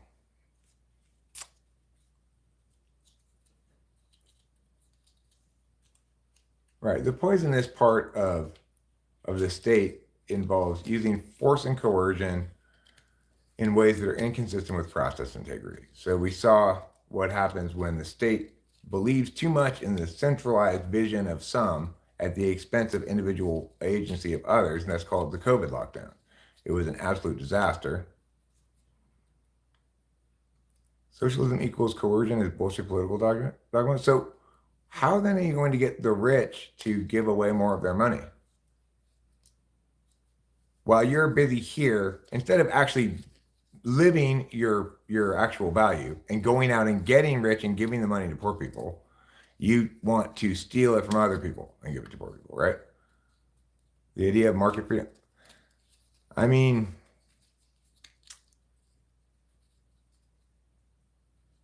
there's no reason for me to continue banging my head against the wall. You,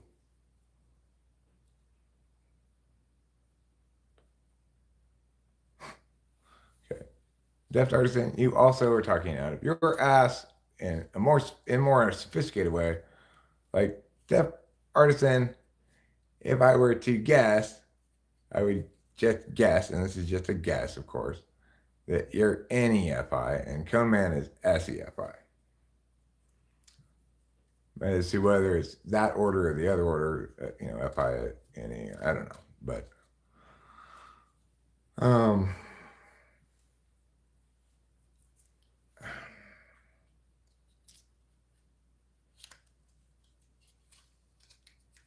it's like it's like what Cone Man 3 wants to do here is just continually argue framework, or just make framework level claims, never make any contention level claims, and insist that by winning framework, that's the only thing that matters. But not, but never making a case, it never matters, right? So it's just silly.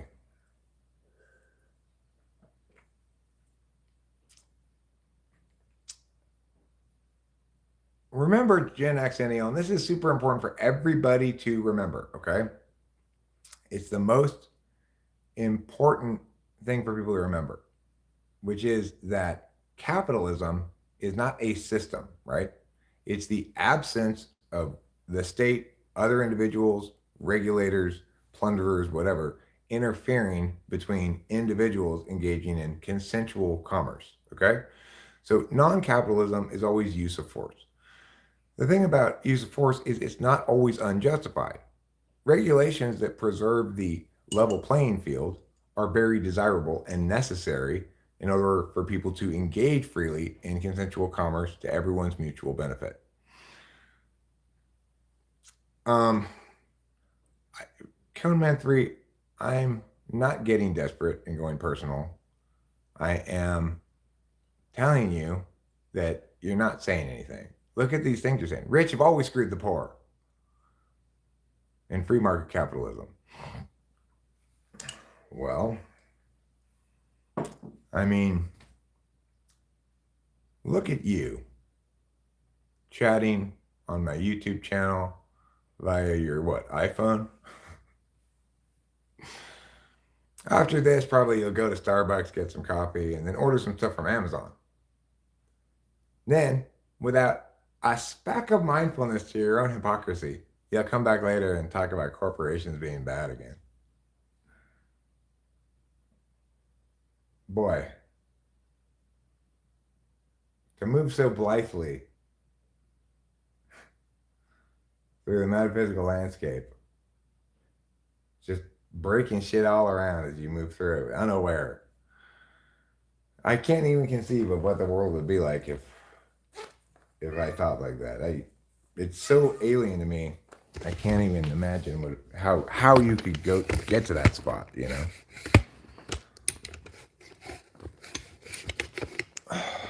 It's like you're accusing me of getting desperate. You haven't said anything. How could I possibly be desperate? You'd have to have successfully rebutted something, answered a point. You know, first of all, even if you were winning some point, it wouldn't make me desperate. I'd feel grateful to be learning new things. Instead, you're saying just, Ted Kaczynski style bullshit, and accusing me of getting desperate. Well, I don't think you know how FI polar works. The reason there aren't many people who live stream in YouTube as much as I do, as consistently as I have for as many years as I have, is most people find it rather bruising to be on YouTube. They get negative comments, have frustrating conversations like this. But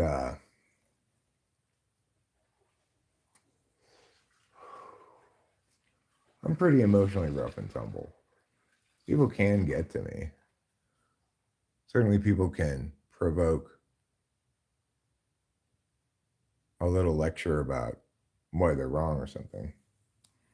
But if you really want to sort of be successful in triggering me, you have to be pretty awful. Like Cookie Weakness and Bride of Cookie, who were calling Rachel's phone and like body shaming her and stuff and voicemails. That is the level of shit that is gonna bother me a lot,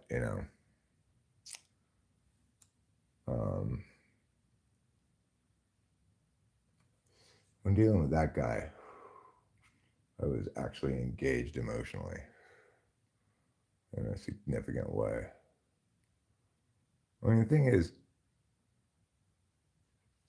I've engaged in so many of these kind of conversations. I've heard your,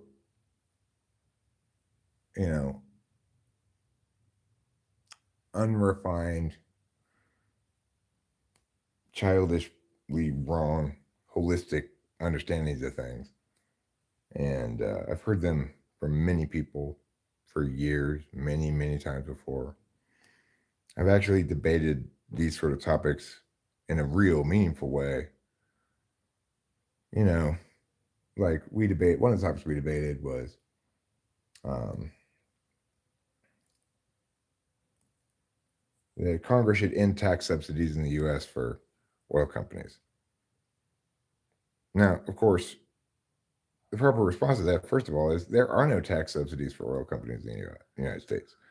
There are various tax breaks that Congress has written as incentives for oil companies to do certain things. So if you're talking about getting rid of those tax breaks, you're talking about getting rid of tax breaks for green energy, for example. But that requires people to actually think about the issue. They can't just be like, yes, of course, let's get rid of tax subsidies for oil companies. That's horrible that we're subsidizing them. We're not subsidizing them. We're incentivizing them with tax breaks they can take advantage of to behave in certain ways. I don't think we should be doing that, but we are. That's what we're doing. So to call them subsidies is insane. They're not subsidies at all. And you can't have your cake and eat it too. Do you want to incentivize them to do green energy? The people who are opposed to tax subsidies for oil companies are all in favor of more green energy and probably were the ones behind the tax subsidy in the first place, the so-called tax subsidy. So that was the topic we debated, and I had to make good cases for both sides of it. But there's plenty of other topics like that. For example, the last year's policy area was, or maybe it was a Lincoln Douglas topic, it was jobs guarantee.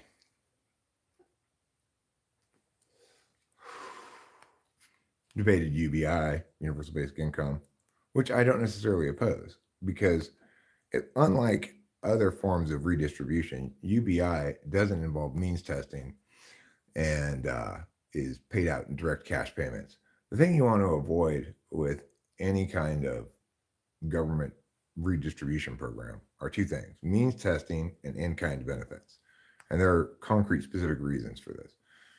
And of course, Command 3, remember, you're talking about all this stuff without any knowledge whatsoever. So you don't know why in-kind benefits are bad. You probably don't even know what they are. You don't know why cash payments work whereas in-kind benefits don't. And you don't know probably even what means testing is, let alone how it impacts the way a given government program plays out. So you don't know anything about public policy. You don't know anything about economics. You don't know anything about corporations. You don't know anything about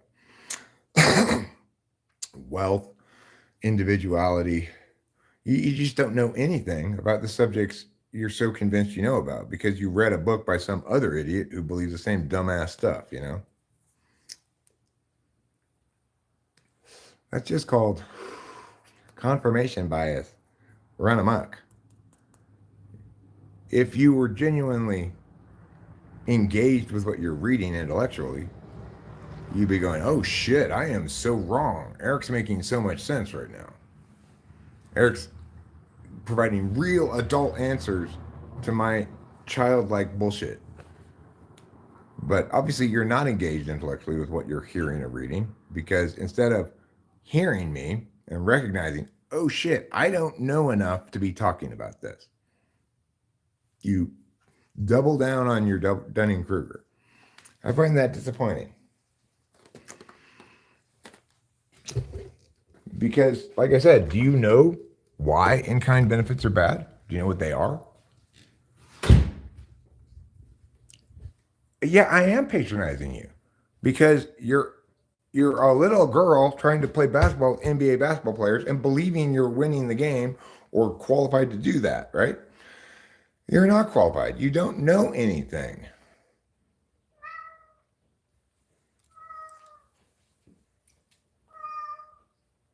Okay, you're not listening because what I'm saying is either obvious or wrong. So, do you know what in-kind benefits are and why they're bad? The 5 specific warrants as to why we should never offer in-kind benefits. Do you know them? No, you don't. You don't have any idea. So why are you talking about stuff that you don't know anything about? In-kind benefits. In-kind. They're when you provide goods or services to poor people instead of money, or you provide money with a lot of strings attached.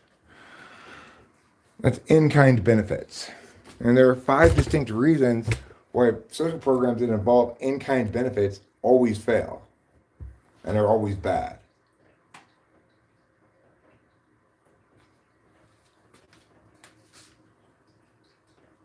So if you don't know that, if you don't know anything about that, then don't talk about the poor and suggest that there's something that we should be doing, right? You're just playing in waves that are way too big for you. Is this patronizing? Well, it's your come to Jesus moment, right? An adult has finally sat you down and said, look, if you're gonna play, you play in your room by yourself or something. This is too important for you to come around and pretend like you know what you're doing and just try to and demonize this group and that group and the other group and your monolithic understanding of them, and then pretend as though you've accomplished something intellectually. You've not. You're just making things more difficult for the adults. So get out of the kitchen, you know? Stay in your lane. Your lane's very subjectivist. It shouldn't be a matter of public policy concern, right? You shouldn't apply those kind of subjective metrics to public policy.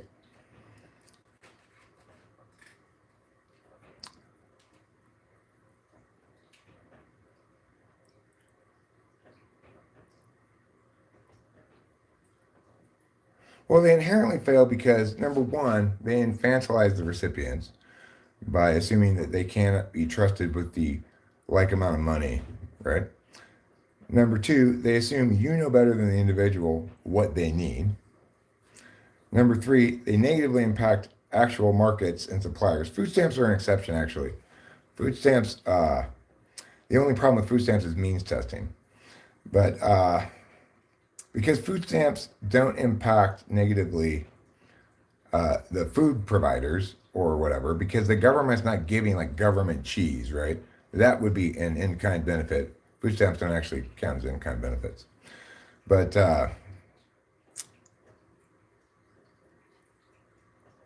well, I mean, no, people who use language correctly refer to entitlements as things that are people are entitled to by law, but that are not their right. We use those words to mean specific things, Gen Axial.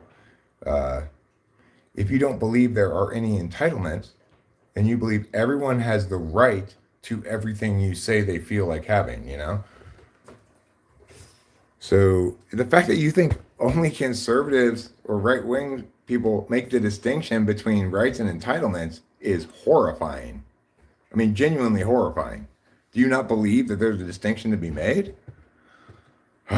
Please, Gen X Centennial, do not vote, do not talk politics, do not think about politics. You've got no business engaging in these conversations.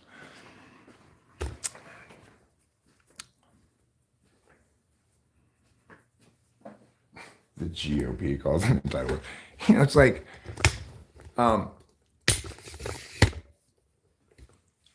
I call these glasses. So do Republicans, and so do liberals and Democrats, right? Because they are glasses. We should refer to entitlement programs as entitlement programs because they are entitlement programs. I mean, is it so roguish of me to say that we should use words that mean things and mean what we say? Is that such a horrible thing? You don't like the term entitlements because it makes your social programs look like what they are, entitlements.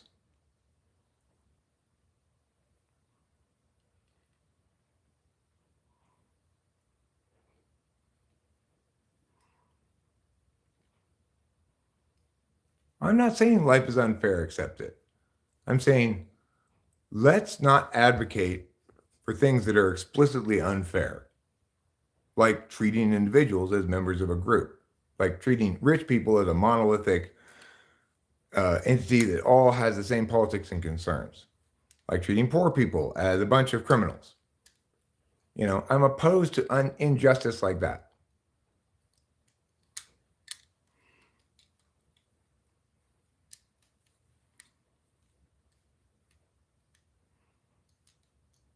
Hi, Anthron. Athron, I mean. Athron.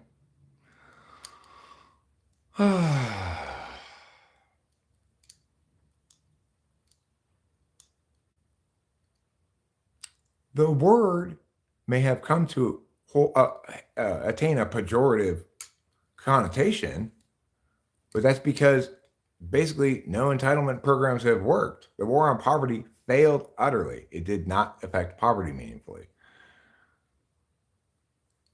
Okay, with Gen Xennial, they may be opposed to entitlements, but they are definitely opposed to entitlements and not something else, right?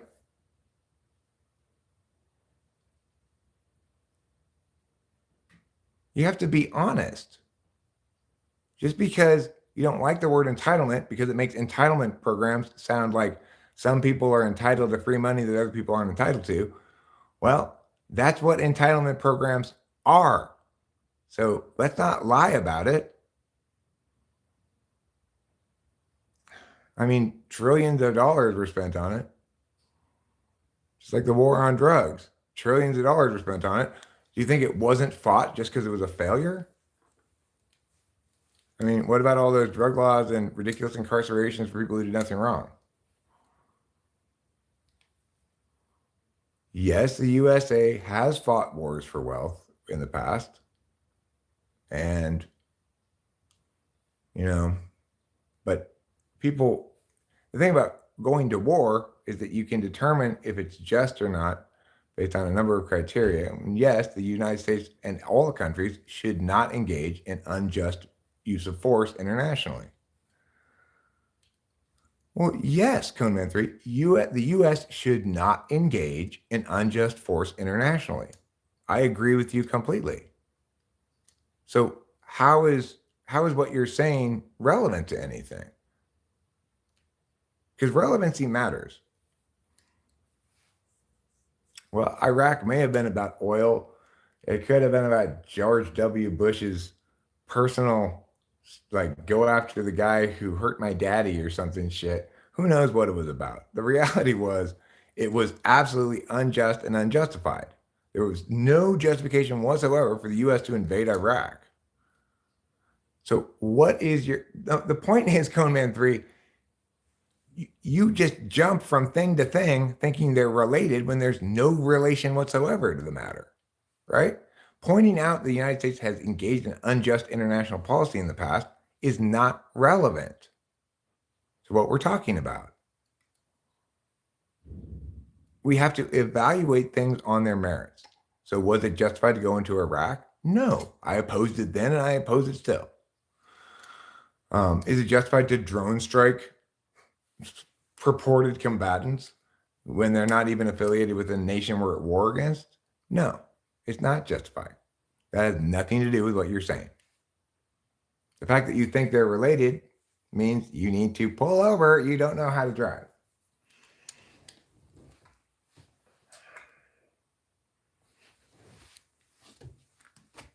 The thing is, Conan 3, even a blind squirrel finds an occasional nut. So, sure, you're right about Iraq. It's pretty easy to be right about Iraq, you know?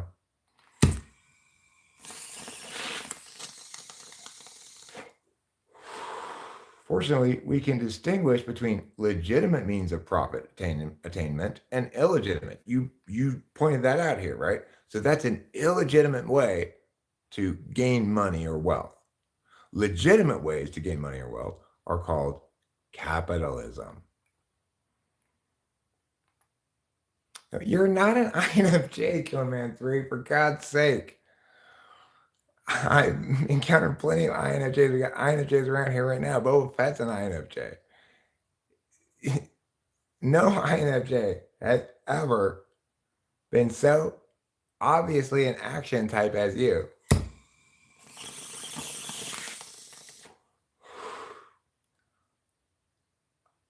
No, I don't agree that rich screw poor. Individual human beings engage with other individual human beings in non-exploitative or exploitative fashion. Your attempt to reduce things to these groups is only going to cause you to dig your hole deeper here. You're just doing more of the same stupid shit, right? Pretending as though you can demonize and boogeyman some group and blame them and you're doing some sort of political engagement. That's not political engagement. Okay? INFJs do not spend all their time telling me how they're INFJs and what that means. They spend none of their time doing that. It's the last thing in the world an INFJ would do. They're too aware of how it's going to play.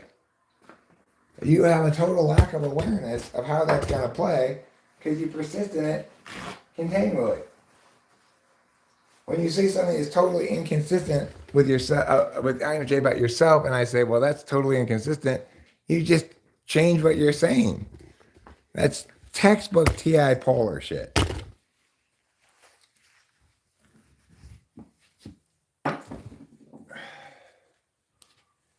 Regardless, if you're an INFJ, I mean, I'd have to, if I were to type you and, you know, the session were to suggest initially that you might be an INFJ, I would test the living fuck out of you because, and it's possible. I mean, I've been wildly wrong about people in chat before, but given the way that you don't answer my questions, I would say that's much more consistent with TI polar than anything else.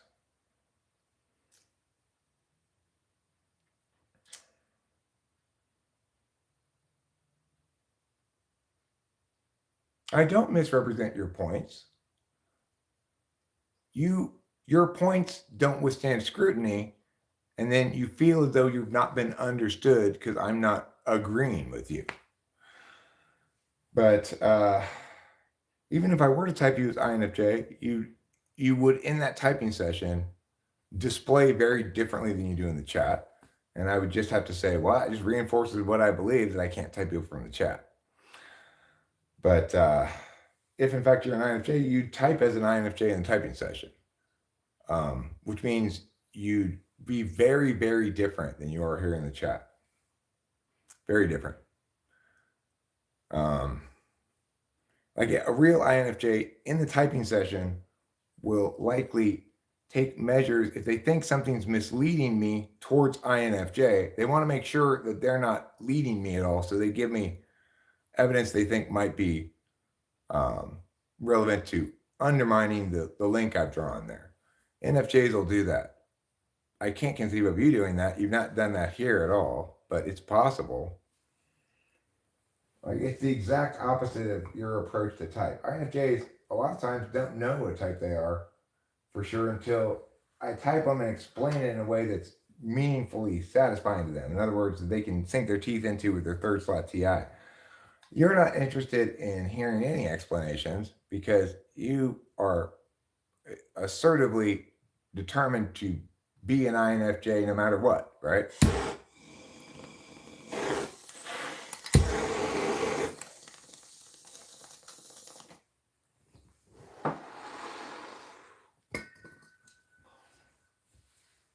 Like, yeah, it's just one of those things I can't do anything about.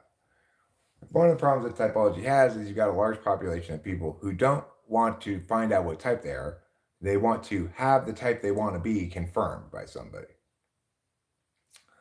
And such people are going to naturally end up,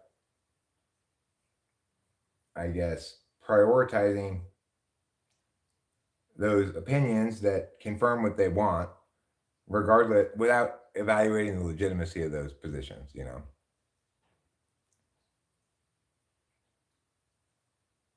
I know shit, understand more than you could imagine. Okay, well, you understand, you do understand more than I can imagine. You understand a lot of subjective stuff in ways that are much deeper and more defining than I can ever imagine. But thing for you to remember is that until and unless you can communicate that understanding meaningfully, it's just your FI or your SI or whatever your subjectivity is talking, you know. And you shouldn't try to think that those are going to be useful to other people because you're not able to communicate them.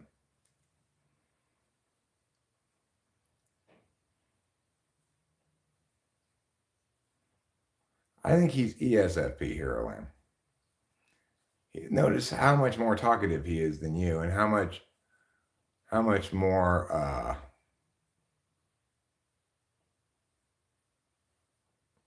Well, the thing is, Cone Man 3. What you don't seem to get is that I've been doing this thing for a dozen years, and if you want to meaningfully challenge my ideas, you have to do the kind of intellectual work that I've been doing for many years. And then, if you want to engage with me about politics and corporations, spend 20 years as a debate coach writing cases on both sides of the topic, um, multiple incarnations of those as topics change for PF every month, for LD every 2 months, and for policy every year. But you have multiple apps for your policy teams. So it's like spend a couple of decades actually working through policy matters from a disinterested perspective, arguing both sides of the case to the best of your ability, and testing that in a zero sum environment where if you're right, you win, and if you're wrong, you lose. Okay, do that for 2 decades. Then come in and challenge my ideas. You're not equipped to challenge my ideas any more than I'm equipped um, to challenge LeBron James in a one-on-one matchup, right? I'm not a basketball player. I shouldn't think I am.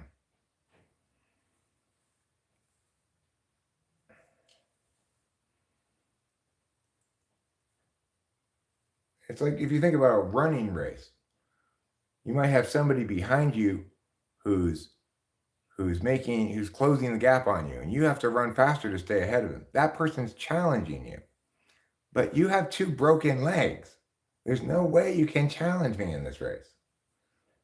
You're just annoying me by posting social media posts and saying how you're closing the gap on me, when really you're still sitting at the starting line with broken legs.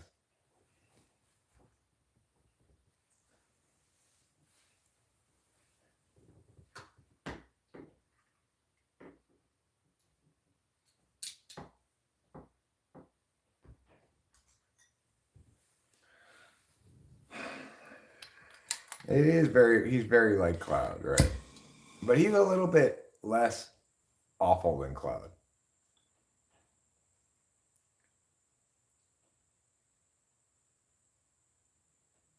I don't realize what I think. I don't know this guy in real life. That's true. I can't type anywhere in the chat. That's true, right? But it's much easier to eliminate certain possibilities in the chat than it is um, to validate a specific possibility. I don't know what type Coneman 3 is, but I feel much more confident saying he's not an INFJ because I've engaged with shit tons of INFJs through the years, real ones, and they just don't engage like this, you know?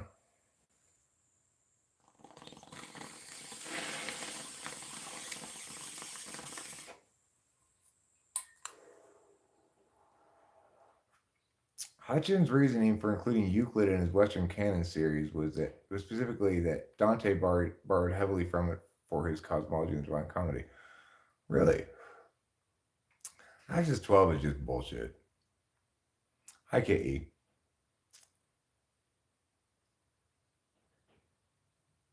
I mean, but you said that I don't know what I think, but you do know what I think?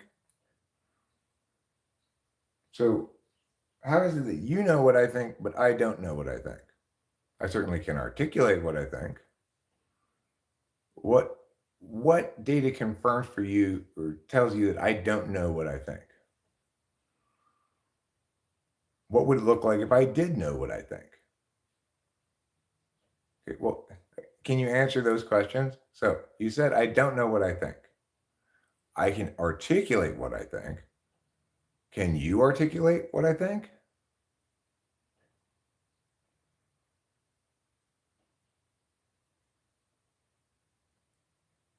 Plainly, yeah, it's possible.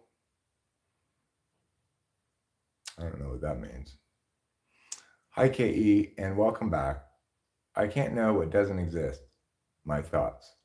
You don't know what you don't know, or the holes in your arguments.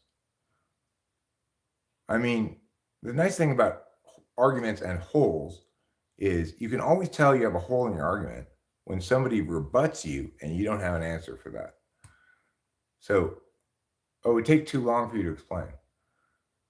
So you know what I think, but it would take you too long to explain what I think. But I can say what I think very clearly, articulated, no problem. And that doesn't count as me knowing what I think. Okay. Well, Coneman 3, it sounds like you want credit for being right without doing the work to be considered correct, right? So maybe we'll consider you right when you actually win an argument rather than just ignore all of my rebuttals.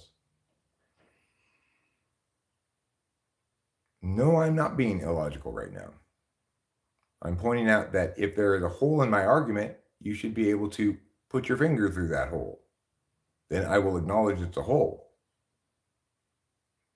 Nothing illogical about that.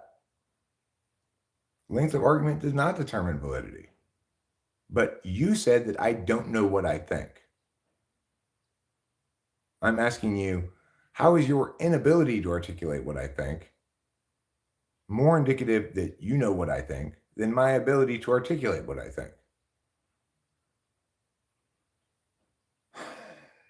Look, you guys, I have been in a chat before, and if I disagree with something, I am able to distill that disagreement into a single piercing question, usually, that always goes unanswered.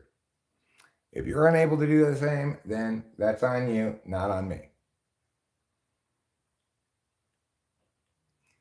Wrongness is always easy to pick apart because it begins with a failure to define things meaningfully, right? It begins with a belief that these distinctions are somehow arbitrary and they don't matter, etc. I'm new around here. Is this guy Paul Unslaved? I don't know who Paul Unslaved is, but that's not me. I'm Eric, sometimes called Host Eric, host of Talking with Famous People. And you are Jonathan Montiero. I'm not Free Paul. I'm not Paul at all. I'm Eric. There's no Paul in me. I've been living 100% Paul free for a while now. Yes, it is asymmetric. However, as I've indicated, when I'm in the chat in someone else's stream, if somebody says something wrong, I ask a question because that's what wrongness invites. There are contradictions implicit. You simply ask a question that the person can't or won't answer, and then you know they're full of shit, right? Ask me a question that I can't or won't answer with a good answer that suggests that will reveal to us that you know more. If you can't do that, then, like when I asked you if you understood what in-kind benefits were, that's an example of how you can demonstrate someone's wrongness with just one question.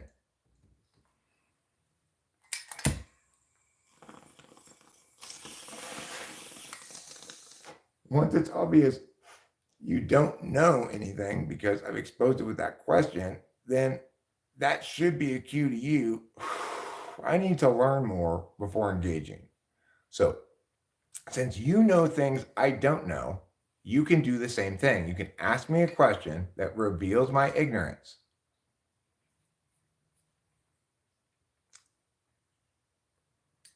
My point is, don't deny your ability to do meaningful work with language. It doesn't take a lot of sentences or paragraphs, especially when you're on the neg.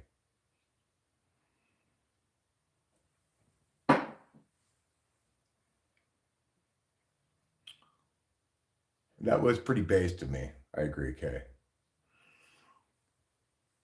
I gave you a perfect example of exactly how to do what you're saying you can't do because you need many paragraphs in a very short sentence, which is a question.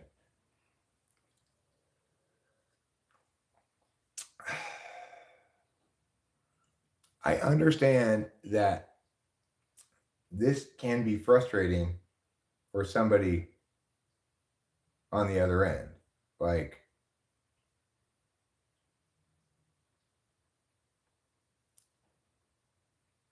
I just made a pretty damning case, right?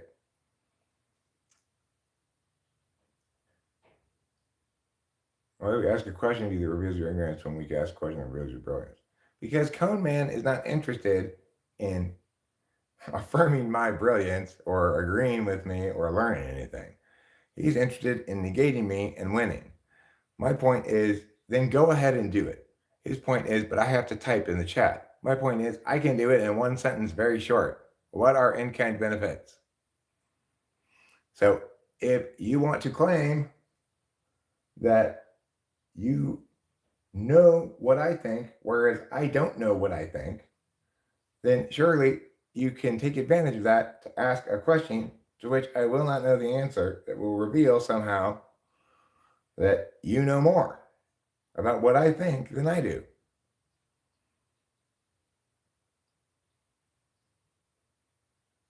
How are you reading chats before I even see them? Well, it must be a different delay. I have a structural advantage. That's not badassery on my part. This is not the Eric Mental Masturbation Show. This is the Eric engages with various people and what they say.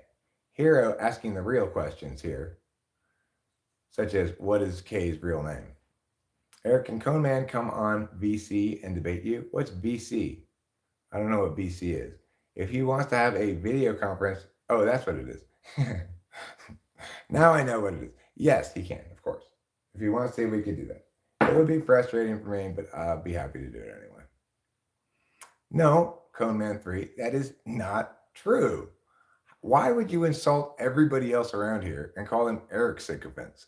In fact, this environment is one where I encounter very little affirmation of what I'm saying. It's mostly a bunch of conversations like this. Or we're having a pleasant conversation that's not even about cognitive functions. The idea that talking with famous people, chatters, all agree with Eric is fucking insane. Cone Man, you are not the first nor the only person like you around here. There are lots of people who won't agree with me on anything. Winston's mom has been here forever, is a huge fan of this channel, right? She still doesn't accept the exclusive correctness of what I'm saying about cognitive functions. She's always linking to other people, even though I've said multiple times that I think sort of diversification of sources in this one area actually produces bad outcomes, unlike usual, right? But she doesn't even agree with me on that. When I was advocating against COVID lockdowns, there was like not one other maybe one other person on the channel who even sort of agreed with me about anything. They all said I was totally wrong. KE won't even agree with the type I told her she is because she is that type after she paid me to type her. The idea that people around here are Eric Yes Men is fucking insane. You want to see Yes Man? You want to be a Yes Man? Go to C.S. Joseph's channel. He astroturfs everything. I actually respond to what people say. I'm the opposite of that. I'm the exact opposite of C.S. Joseph's bullshit. I've been around a long time under different names. It's always been Eric versus the world. True. It's not. I'm not seeking consensus or like what's his name said. I would be more nice to people, right? If I were seeking to build a community of people who followed me, I wouldn't shit on you for being so wrong. I'd just say, okay, well let's table that discussion. We can have that discussion over there. I think it's great that you like discussing things, and I think it's wonderful that you have opinions. And I could be like that, but to do that, I'd have to lie. I don't like to lie. I don't think it's great that you have wrong opinions. I think it's terrible.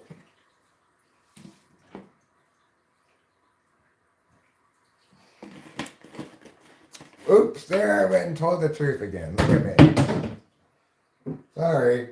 I know that's what I'm not supposed to do. What's that thing I have to stop doing? Alright, telling the truth.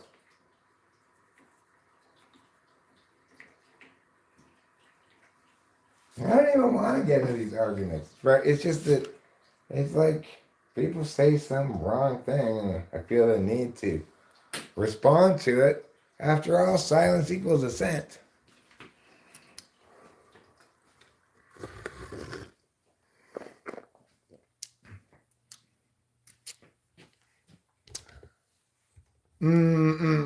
Shively, so how do we not make contributions to you is my question. How do you not make contributions to me? I'm not sure. Uh, don't chat, I guess. Don't watch this stream. Side Chic threw up McDonald's in her mouth this morning.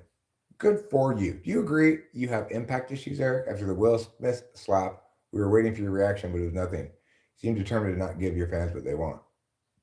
I reacted to it. I thought he was horrible for doing that and should have been shamed and held to account. You know, you can't just physically assault somebody like that for making a joke. That was exactly my position on it. It didn't trigger a big rant video because it seems so obvious, you know.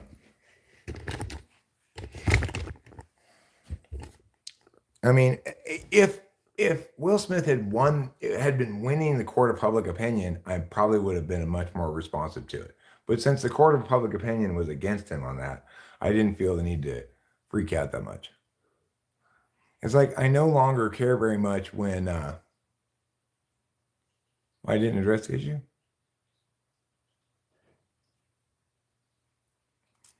I think maybe at the time I might have thought it was staged. I wasn't sure. So maybe that's why I refrained from talking about it. I don't think it was staged anymore.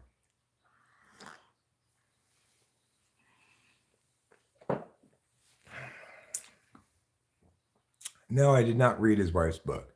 His wife, I believe to be a horrible person. So that's my position on the Will Smith, Chris Rock thing. The other thing is, I never felt like Chris Rock is very funny. So probably I felt like I wish his joke had genuinely been hilarious. Then I could go all in on on his side. If he's gonna make a bad joke, it's like he doesn't deserve to get slapped because the joke was about Will Smith's wife, but he might deserve to get slapped because the joke was bad.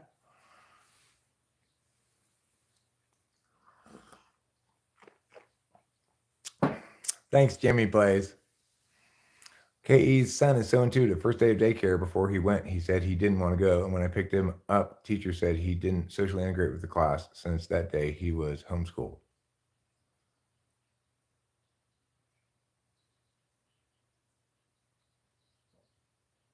His wife is a dumb beaver. That's correct.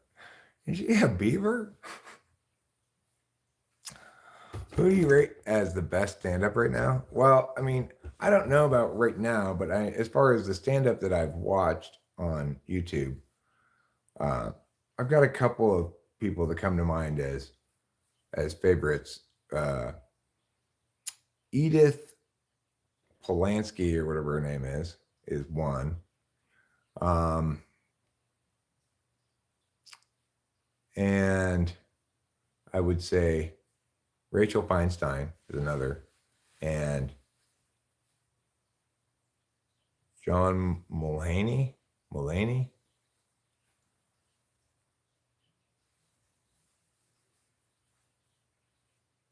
Okay, Conman 3. Conman 3 offers this childlike tidbit. Pure capitalist system has never worked, could never work. It is being pushed relentlessly by the elites against democratic principles. Ah, there they are, the elites. Those horrible elites are always doing things.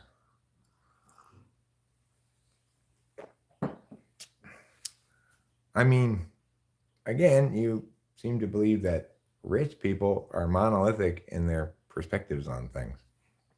I've already corrected that. If you're not going to make note of the correction or change your ways at all, there's no reason to continue this silly game, right? There's nothing that 100 men or more could ever do. All right. Well, you have a pleasant New Year's Day, Conan 3. And I'm sorry I've got a little overly rough and tumble today in a couple spots. I was a little patronizing, probably unnecessarily so. Maybe that's an area in which I could improve this year. I did resolve to bang my head against the wall less and began the year immediately by banging my head against the wall. Nothing that 100 men or more could ever do. Africa by Toto. Rich people, like any group of any kind, have a certain number of aligned interests. Well, everybody's interest lines up with preserving their own wealth. In other words, nobody wants their money stolen, no matter how little of it they have or how much. So that's a universal. Um, Rich people may be more likely to favor economic policies that have lower taxation and less government spending. And it might be the case that poor people are more likely to favor bigger government, more spending. But it is the case in that instance that the rich people are correct, if that's the case. There are plenty of rich people who agree with the Democrats and socialism and stuff like that, as per my example of my neighbor Les. The one person we know around here is rich and agrees with you. And like everybody who agrees with you is hypocritical. They don't want their own money treated like that. They don't want to have to be responsible to go earn a lot of money and give it to poor people. If they did earn a lot of money, they'd really not want to give it to poor people, believe me. They earned it. Selling drugs is fine. Selling drugs is not a bad thing to do. That's not a crime. That's providing a useful service to people who want drugs.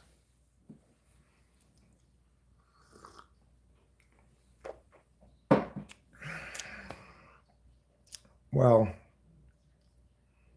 paid fairly, it means paid according to the value of their labor.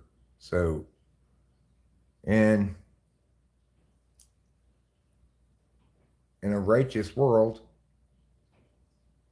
somebody who gets some kind of a job in some kind of a company in which offers them some kind of upward mobility, if they prove themselves more useful to the owner of that enterprise than the average person, they prove themselves uniquely useful in some way, they'll continue to move up, get more work, be paid well, etc. If they're not useful in any kind of unique way, then their value of their labor is obviously lower because they're more easily replaceable.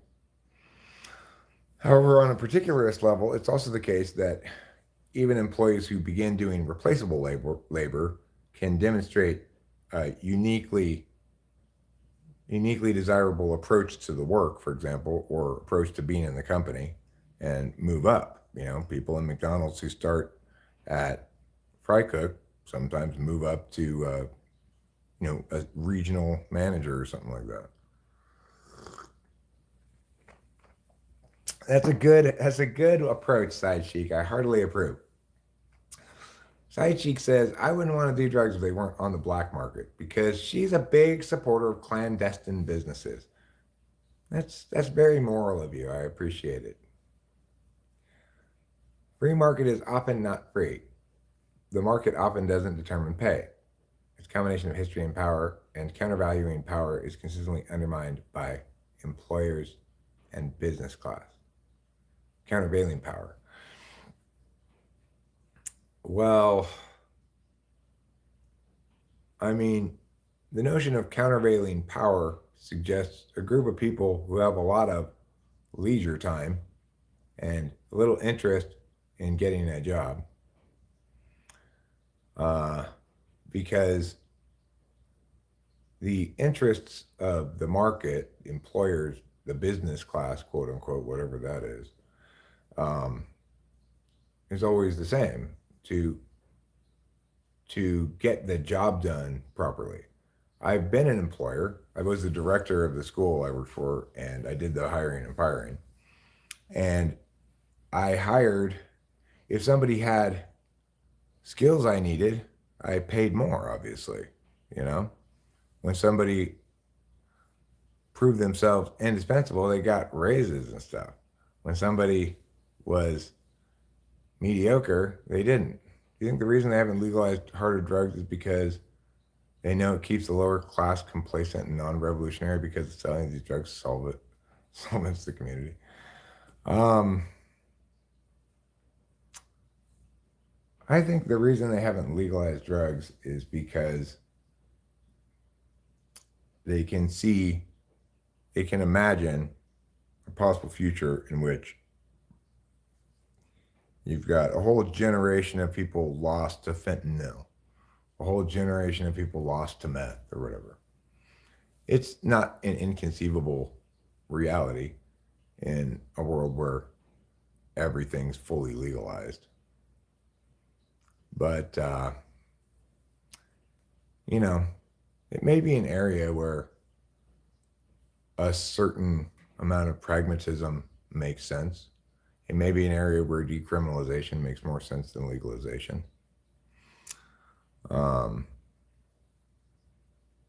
you know, that's where you get into the tricky nuts and bolts of things. But the point is, it's not a federal matter regardless.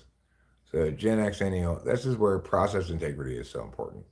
Nixon, as president, had no business talking about that because it's definitely not a federal matter. It's not one of the enumerated powers of the federal government. So when we respect process integrity, then we deal with questions in the right order, right? Nixon would never have said that if he cared about process integrity.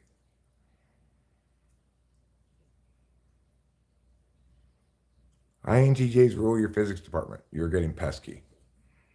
Well, good to be pesky. Better to be pesky than what rhymes with pesky?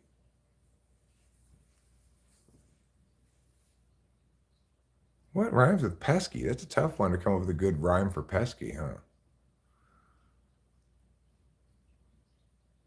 To get the k sound in there is tricky. You know what I'd like to play? I want to play my game called Metered verse Scrabble. Metered verse Scrabble is a fun idea that I have for a game that's better than, but shares some elements of the various creativity games that they have online. So in metered verse um, Scrabble, you put together lines of dimeter, trimeter, tetrameter, pentameter, either iambic or trochaic. Each of the cards in metered verse Scrabble has a word on it. It's syllabicated. It has the cup or the dash. It's whether the syllable's accented or not. And your job is to put together words that that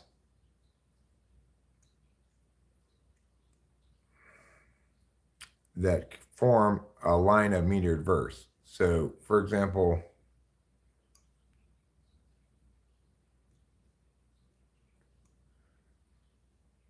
he demonstrated how to write a line. He demonstrated how to write a line. He demonstrated how to write a line. That's pentameter, okay? Iambic pentameter. He demonstrated how to write a line. You got your five accents on the even numbered syllables of the ten syllables, right? So in that case, it would have he, which wouldn't have a cup or a dash on it, because single syllable words usually depends on how they're used or where they're used, with the exception of single syllable names, which are always accented. Um, and then the thing is, you get points for um, writing a correct line of metrically sound demeter, tremeter, quadrometer, tetrameter. But if your line also makes sense, like the value of it is doubled. So in that case, if I had those words, he demonstrated how to write a line.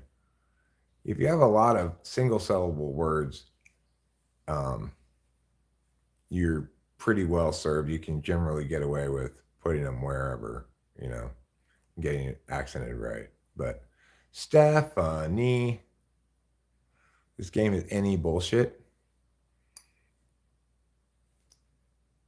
I mean, it's not any bullshit.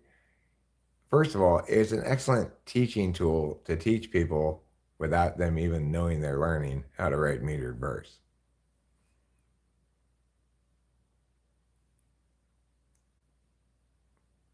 Second of all, it's a challenging game because you have to, you know, get the meters to line up. And if you can also get it to make sense, that's a double challenge. Oh. Well, I mean, all games are kind of bullshit in the sense that they're just games, I guess. Uh, but you'd have to try it first. Remember, you'd have the cards in your hand, and you could visually line them up to see if they make the right pattern. You don't even have to do a lot of thinking to do that. Anyway, this is one of my fun ideas that I ask people to think clowns are fun. I feel you, my dog. I wouldn't like this. Okay, my poem.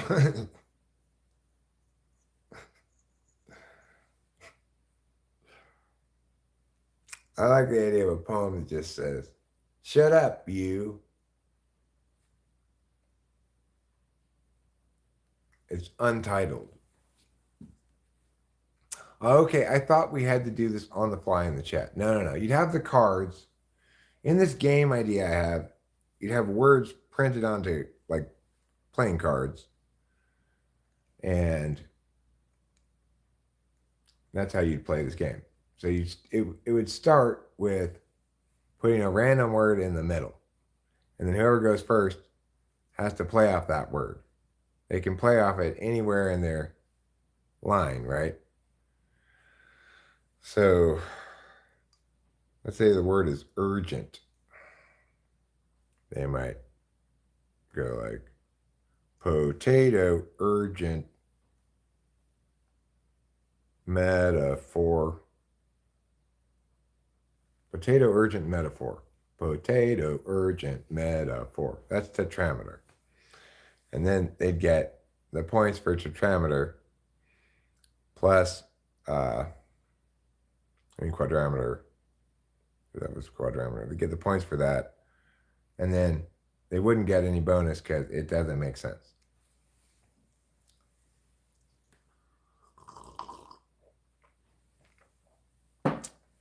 John Ryan Barron, good to see you. Would I drink potato soda? Isn't that called vodka? Sensing is overrated. Yeah, that's why I decided to stop seeing, tasting, hearing, smelling, and feeling things. From now on, it's just pure intellect, a world of pure thought.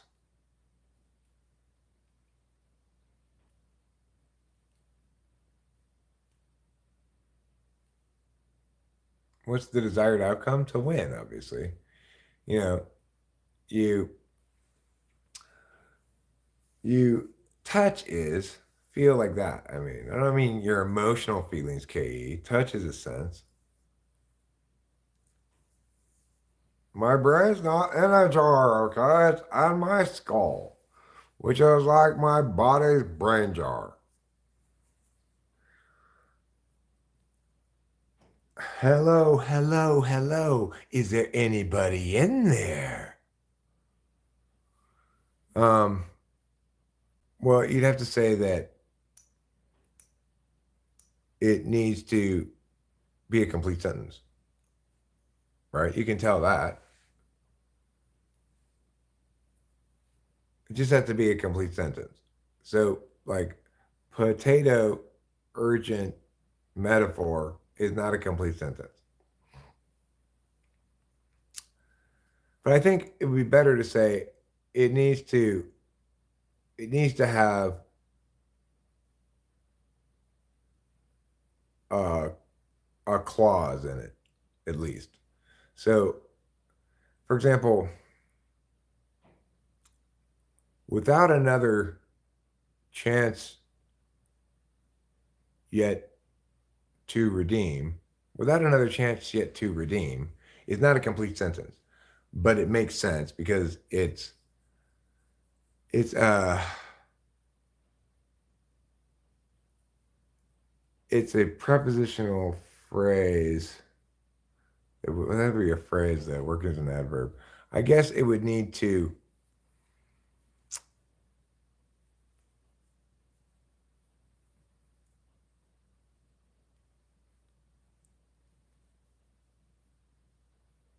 I mean, I guess in that sense, if you can complete the sentence and it makes sense, then that counts, right? I don't know how you'd exactly do that, but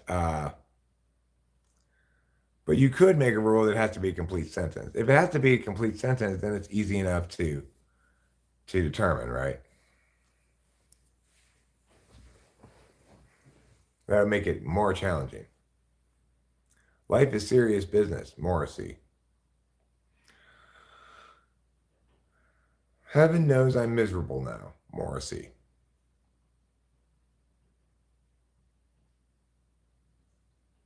It's a killer game for weird product names.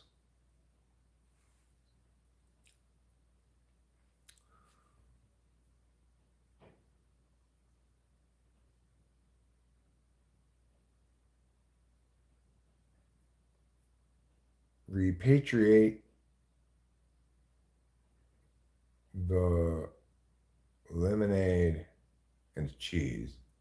So, like, repatriate the lemonade and cheese, in some sense, would not make sense because obviously there's a category error.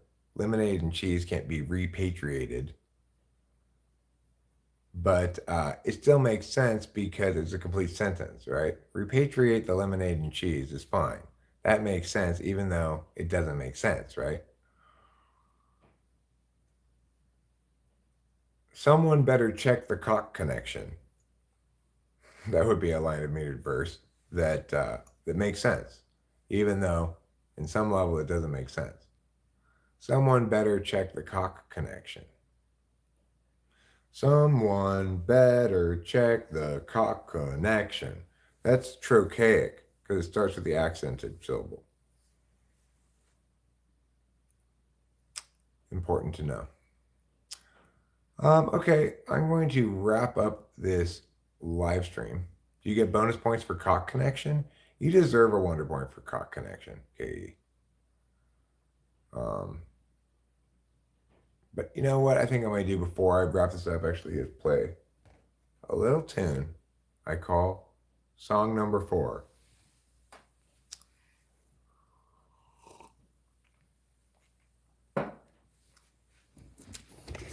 Someone better check the coke connection. You stole cock connection from somebody? Who did you steal cock connection from? I thought, okay, I'll play a song, okay? Just chill out, everybody. Just relax. There's no reason to go into a wild panic all of a sudden. You know how much I fail to end live streams when I say I'm going to end them. You should know that by now. Those are just empty words of mine. Don't trust those words when I say I'm going to end this live stream. If anybody knows this reality, it's Boba Fett. He plays this game of, quick, say something to make Eric keep talking. Sometimes. It's a game he plays. It's a popular game in India, actually.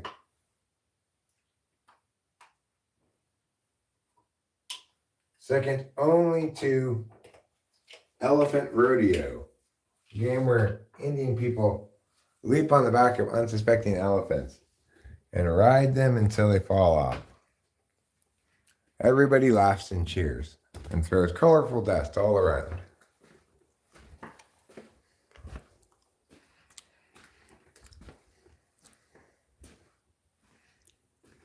If you like your dust colorful and your lamb curried, go to India today.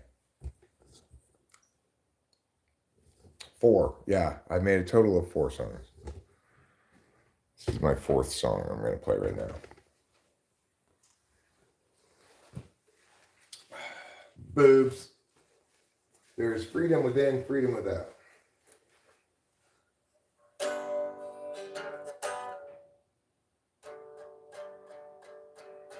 First I had song number 1. Song number 2 was soon enough done, but then it took me 40 years to get to song number 3. And now you see that I'm writing a 4th song now. And you see, this is a 4th song, how it's done. It's so much fun for you and me to hear. So that's my 4th song. I just made it up right now. And my 4th song ever.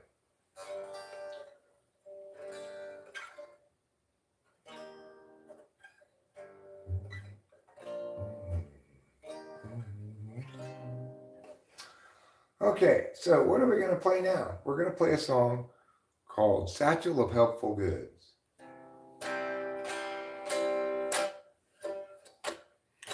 Every life lived reaches a time when the road splits in two.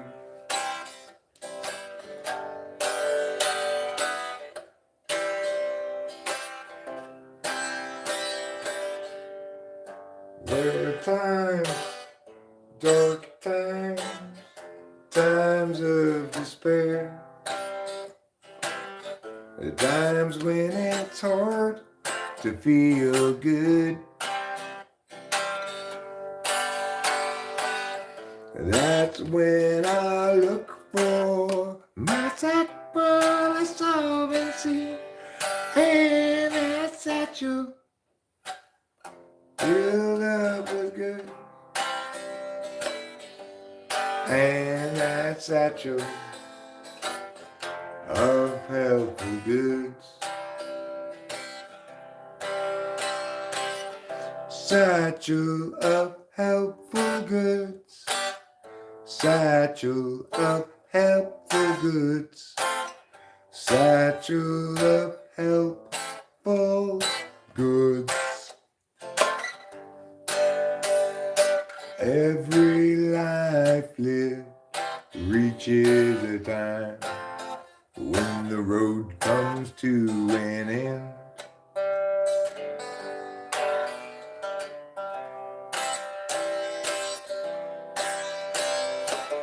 When I'm there, will there be anybody else around? Or will I travel all alone?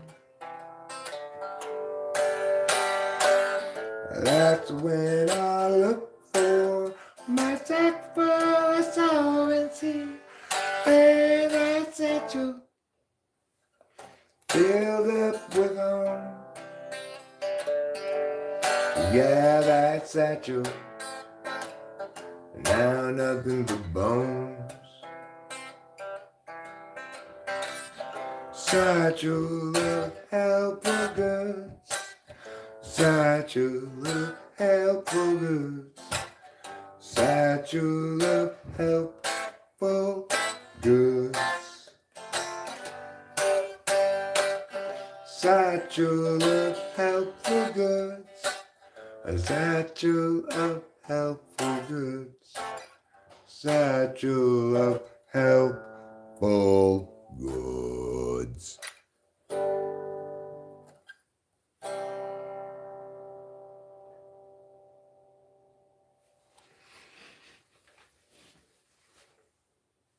Thank you, thank you, thank you, thank you. Eric's Amelia is not a cover. It's written by Amelia. That song that Hero is referencing is called Cecilia. It's a very different song. Thanks, Bob S. You're a wonderful man. And I'm a beautiful lady. Thank you, Cone Man.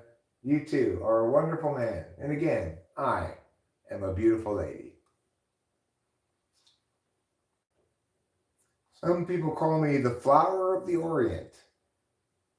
That's how beautiful I am. That's how beautiful. A lot of times when I go out in the world, people say, Helen of Troy, is that you? It's not her. It's just little old me. Mr. Don't give a fuck, so won't leave.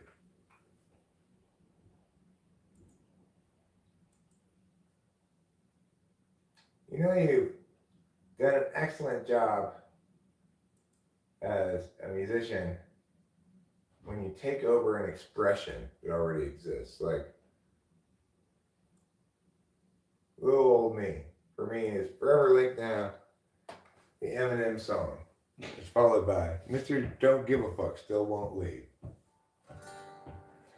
It was 100,000 million years ago. Time ran slow. Nobody yet to show. Place the slabs below. Let them go. They will start to grow.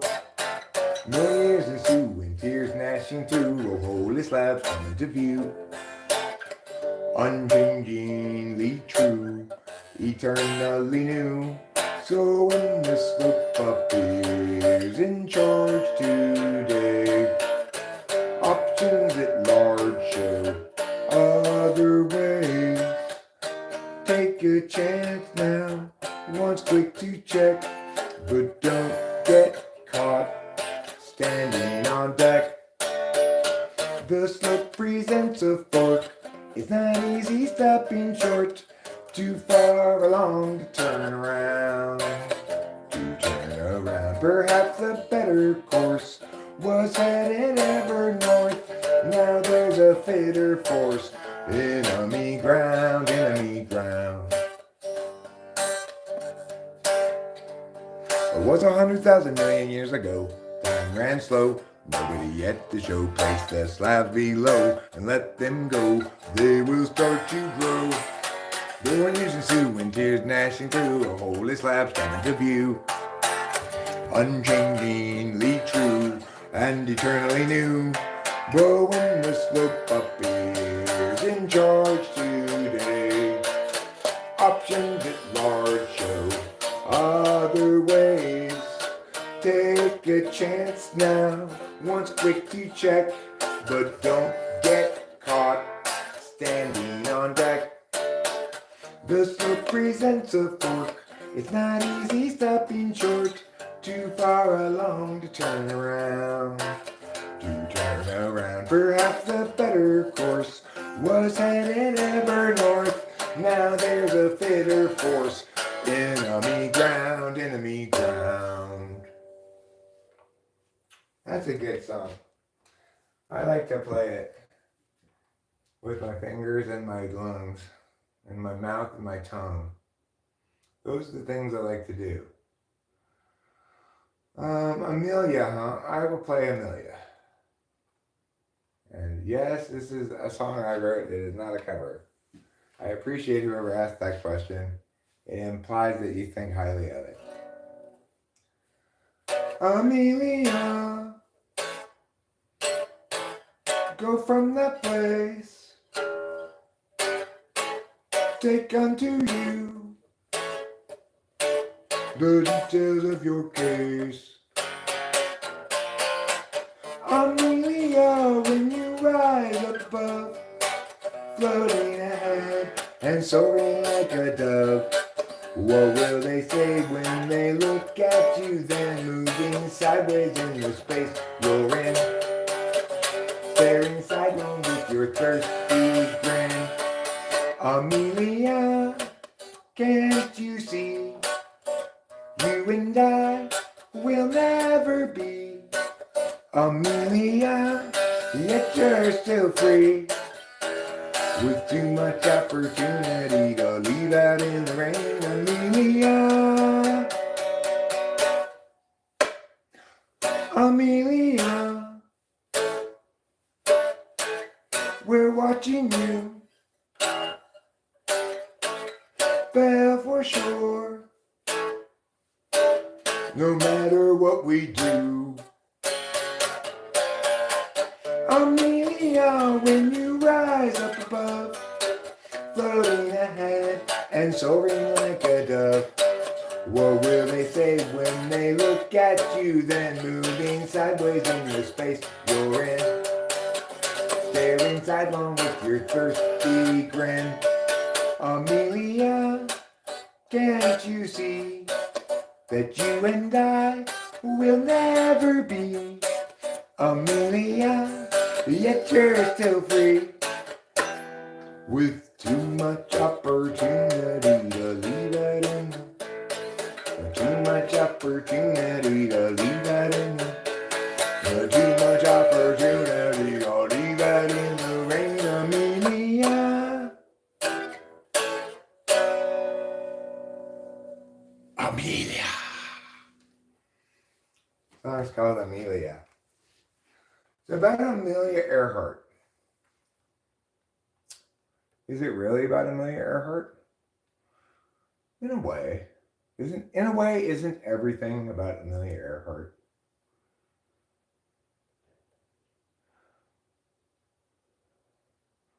Well, thanks, Kill Man Free. Not sure if you were talking about Amelia or the song before, but regardless, I appreciate it. Gerald has a thought. Gerald has a lot. Gerald has a plot to get the margarines, tater tots. He's got a good idea for a name-changing business. Thinking now about what to call Christmas when they hire his firm to change that name. Gerald always thought there'd be chance enough to return to the work left rough. He'd get back to it eventually. As his visions piled up and his plans would interrupt all the work that started off so hopefully. And now his mind's back on business, thinking of changing factless to listless. So how all the people will shout his name. And Gerald knows he understands ever more clearly now. He won't provide explanation regarding the why or the how. He'll see you and know you from inside your heart. Exciting, delighting, Gerald plays his part.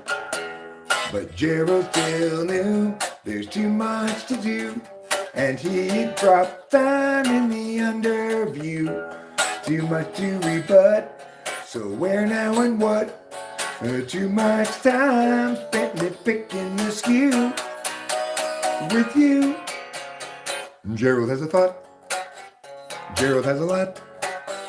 Gerald has a plot to get the margarine's tasty spots. He's got a good idea for a name-changing business. Thinking now about what to call Christmas when they hire his firm to change that name. Gerald has a thought. That was pretty fast. I normally don't play it that fast. Kind of sloppy. Yeah, a little sloppy. Fair enough. Fair enough critique. Played it too fast, that's what happens. How about a song in 3 now? How about we turn today's Monday into a Sunday Sabbath with a song about Jesus? Here we go.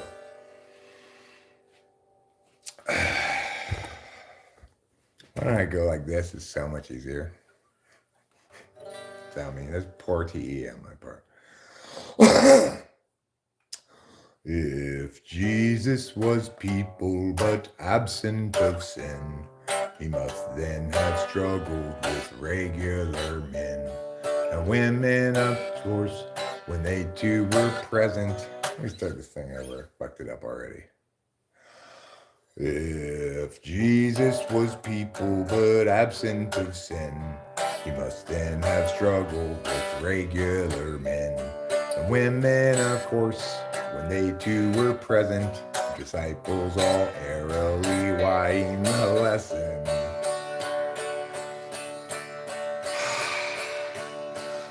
If Jesus were people, they'd know what they think, and everyone's work would be true. And feelings once spoken would sit where they sink, and we'd all know just what to do. But people aren't Jesus once they're betrayed. The easy believing forever is lost. Maybe naivete is not to be saved, but the wise pay a terrible cost.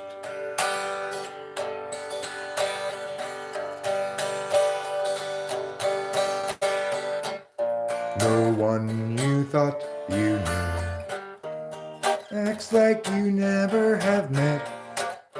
The life you made for two has faded into regret.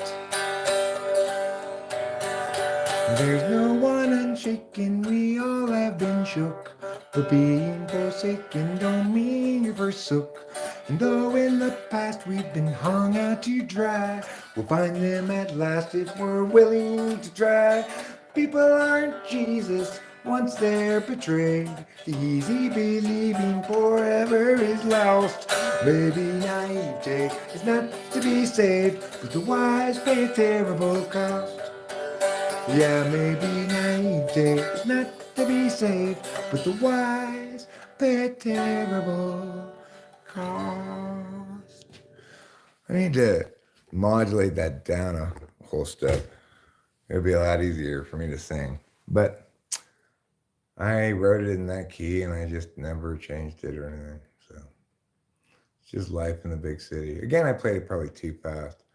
Seem to be on a playing things too fast bender today. I'm gonna play this song.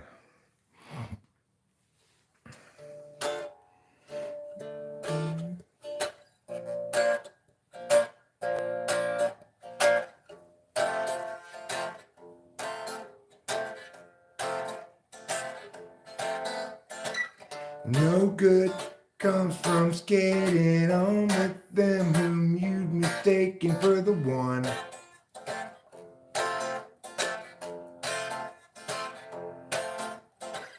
Habituated defense and indecency self-inflicts eventually once your search is done.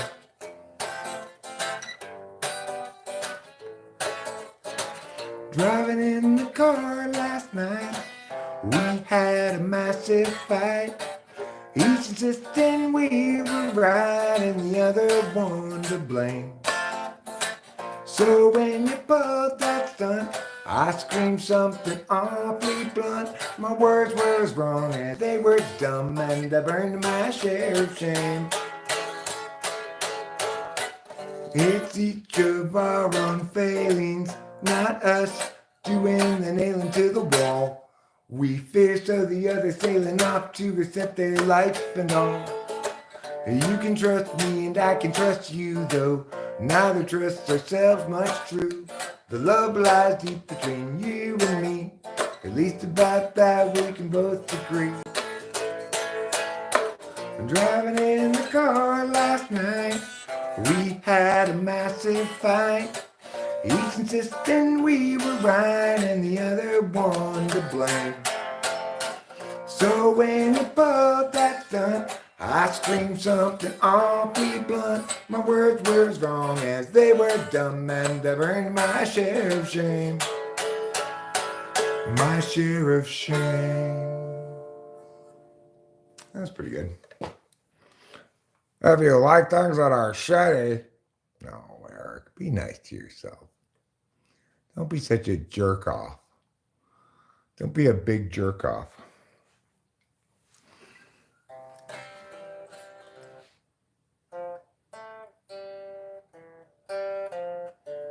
Oh, well, he's pucker tart, lemon squeeze, the friendliest guy that you will see.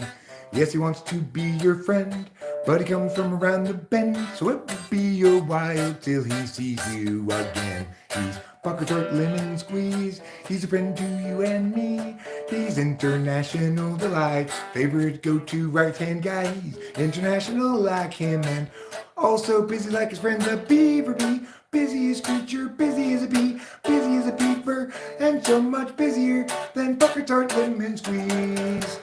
Cause he's pucker tart lemon squeeze, shabba-doo-ba-da-ba-ba-doo-da. Pucker tart lemon squeeze, shabba-doo-ba-day. Yes, he's pucker tart lemon squeeze, shabba-doo-ba-da-ba-ba-doo-da. Pucker tart lemon squeeze, shabba-doo-ba-day.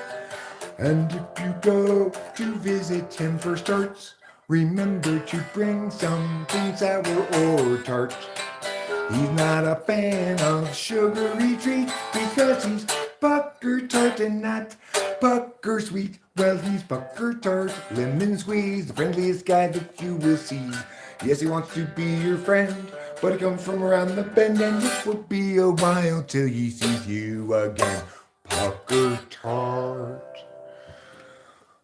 Well, the pucker tart lemon squeeze for everybody to get your New Year started off on a sour and tart adventure.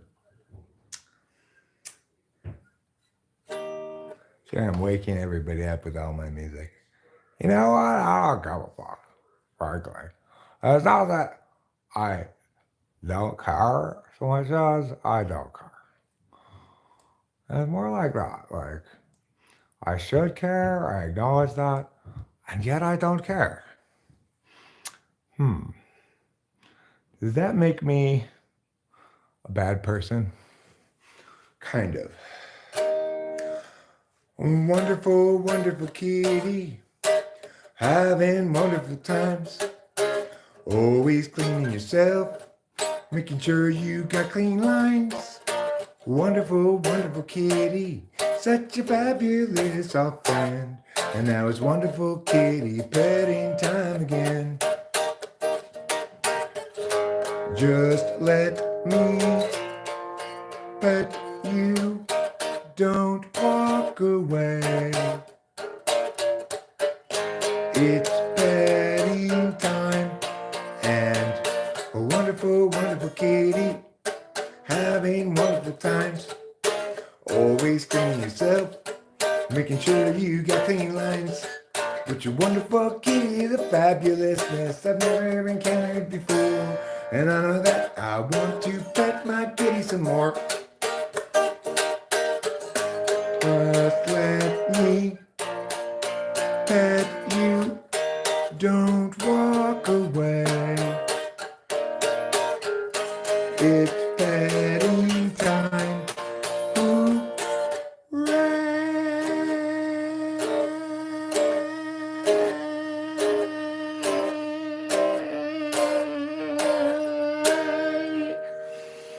So new ending.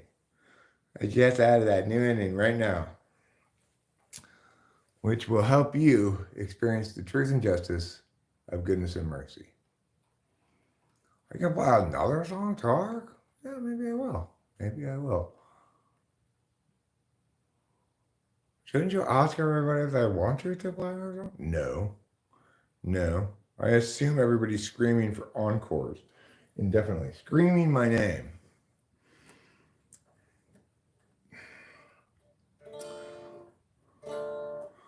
All the men are showing me their boobs, all the women are giving me the finger. 30,000 days, too many expectations, not even worth a damn. 30,000 nights to sleep off the intoxication, otherwise you won't escape the plan. I've wasted half my days trying another's ways. Who can tell me my priorities? Is there anybody knows the key? Because I'm tired of doing it wrong. I want direction and have all along. Wait until I know. Or is that just hesitation? Clarity's no good once your chance is gone. What I need to show is so below my station. I'm tired of doing it wrong. I've wasted half my days trying another's ways. Who can tell me my priorities? Is there anybody knows the key? 'Cause I think I'm doing this wrong. Yeah, I think I'm doing this wrong. Well, I think I'm doing this wrong. Doing this wrong. Or incorrectly, you might say, would be another way of putting it.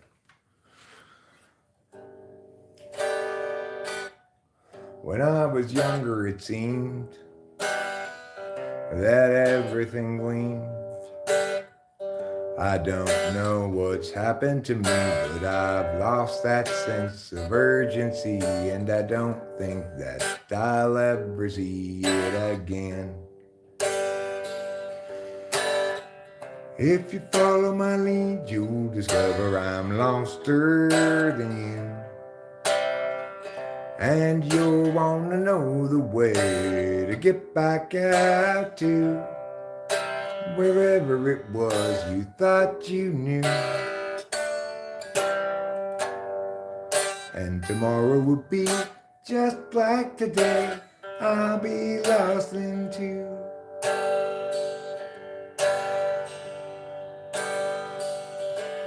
It's a matter of mood as much as a matter of will.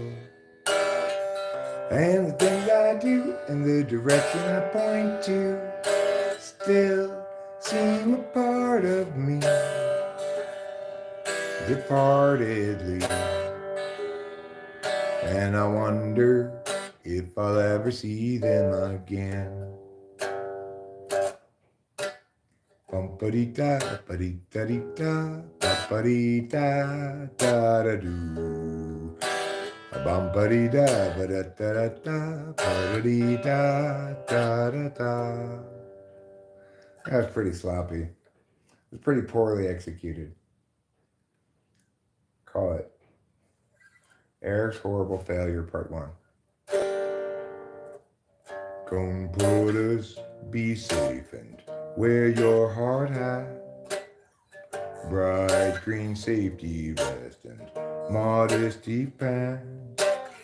Your sign says slow, your sign says slow, but you wait me fast as my white wife and I confusedly drive past.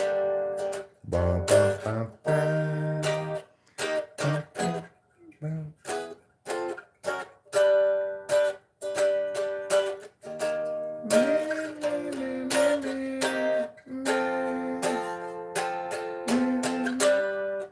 Yeah, anyway, I'm working on that song right now, trying to figure out how it's supposed to go.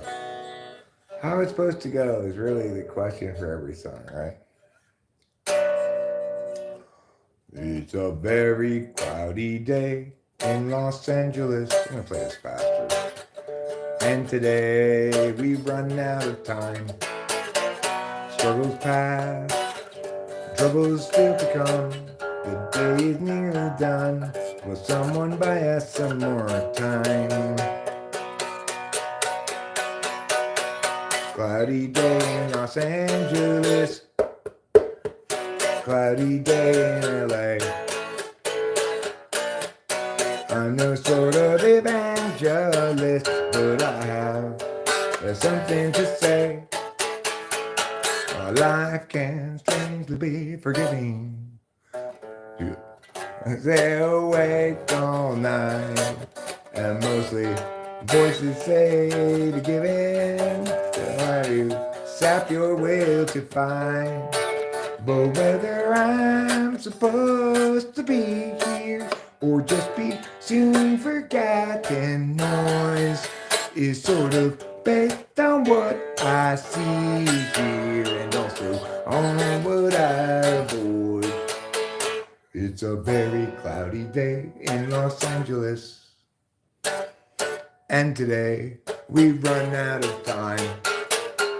And trouble's past, and trouble's still to come. The day is nearly done. Will someone buy us some more time?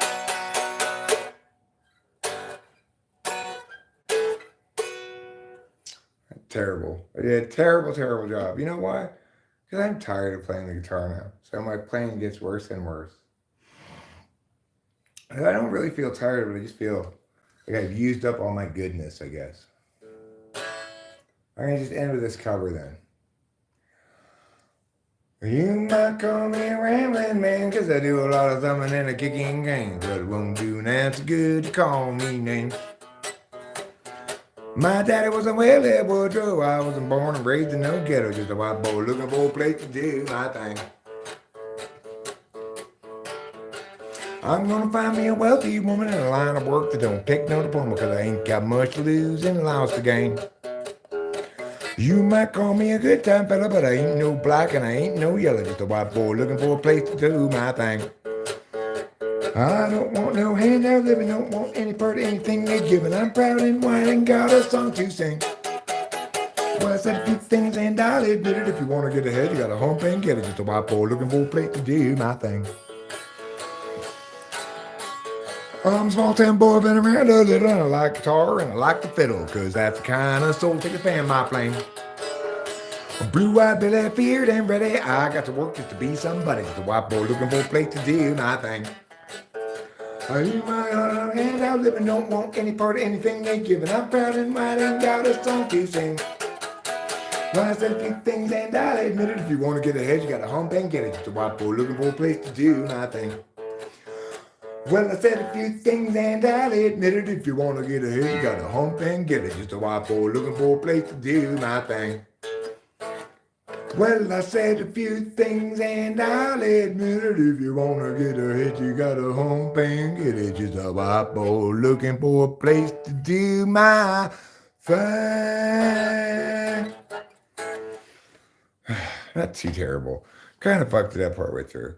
But you know, wasn't my worst disaster of my lifetime, but very, very close.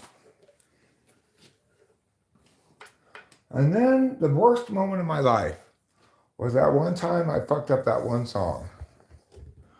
That was literally my lowest low. That's what made me quit drinking. That was my bottom. Anyway.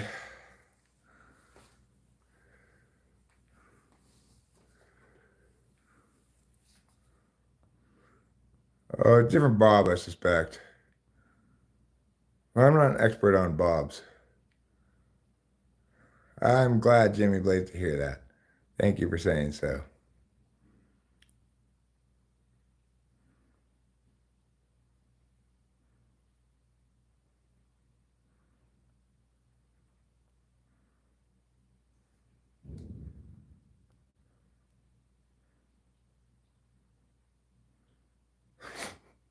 Bob S. hilariously says, Amelia Earhart was supposed to be on the $10 bill, but then Hamilton the musical came out. That's not true. You're making up history. I thought only I was allowed to do that.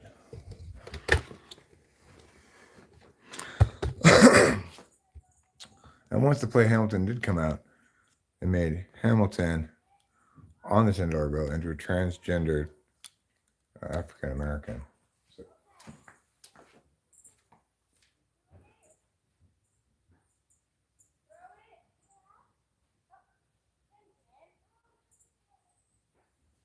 The people of the Met said it doesn't matter who we cast as Hamilton on the $10 bill.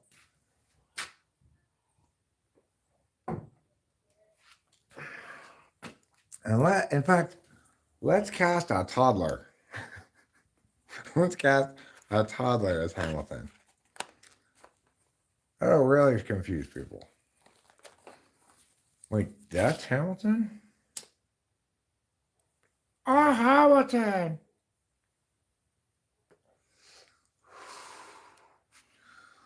And let's cast an old man as the toddler. I'm a baby. It's called acting, okay? Respect the chops. If I act well enough, you'll believe I'm a baby.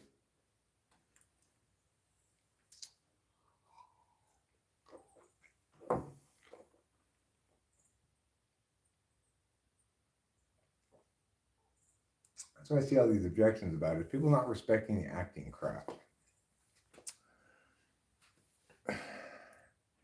One thing that I was kind of annoyed by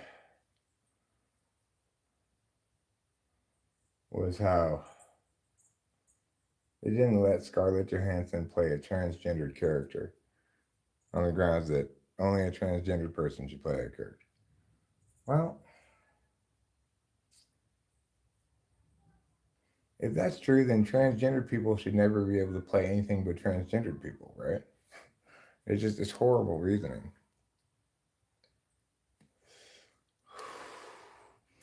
I'm sure most transgendered actors don't want to just be always cast as transgendered people. Maybe they want to be cast as an actual woman sometimes or an actual man, depending on what gender they position themselves as. They don't want to be just restricted to playing transgendered people. So why should they prevent Scarlett? Why should anybody, not they, but why should there be an outcry over Scarlett Johansson playing a transgendered person? Her lack of involvement with the movie killed the movie. So a movie that would have told the story of a transgender person was not made. How is that helping anybody?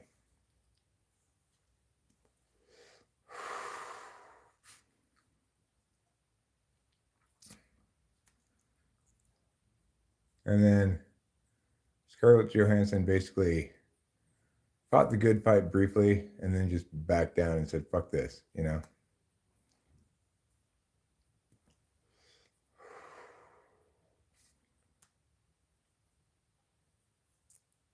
I'm fluidly transgendered as well. A lot of times I'm a beautiful lady.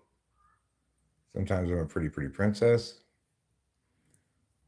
Sometimes I'm a man with a lot of womanly past lives, including being things like a former head cheerleader of a cheerleading squad I used to be in a previous life.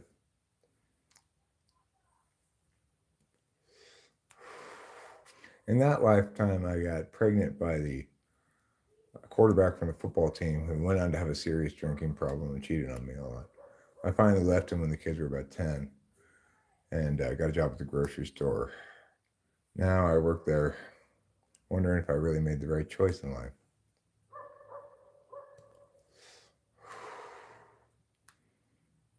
Kirk's alimony payments are spotty at best, child support the same. He makes good money as a contractor, but he drinks it all away and plays poker and loses it. That was my previous lifetime. In a lifetime before that, I used to be a ballet dancer in Russia. Unfortunately, I suffered serious foot problems in later life. Unfortunately. So, I also, in a previous life, I believe I was I think I was the first black woman to pilot a plane, whatever her name was. I forget her name at the moment, but I was she was I. That's why I don't like planes now. I've used up all my plane enthusiasm in a previous life.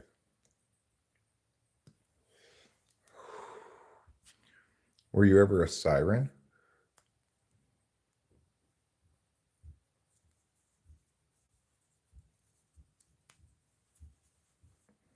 I probably could do much more good with a TE focus on existing systems, but it's like I intended to and never did end up making an uploaded video critiquing the Barbie movie, which I think is very divisive and pretty much hateful, in the second half of it. But ultimately, I think the best critique of it is that it fails to uphold a universal law for storytelling, which is if you're going to try to end it with a happy ending, the one who's been kept down throughout the story needs to rise up, and the one who's elevated throughout the story needs to be brought down. They had Barbie not brought down at all, Ken subjected to this second class citizen status, and it was generally accepted the goodness of their reductive kind of like belittling of men. It was just a horrible, horrible assault on unity. I'm sure many couples left that movie arguing, etc. But anyone ever stole a married person away from their spouse? I have slept with a married woman before one time, and I never did it again because I came to understand how horrible a thing to do it was. But she had already cheated on her husband before. It's not like it was her first cheat. Cheaters cheat.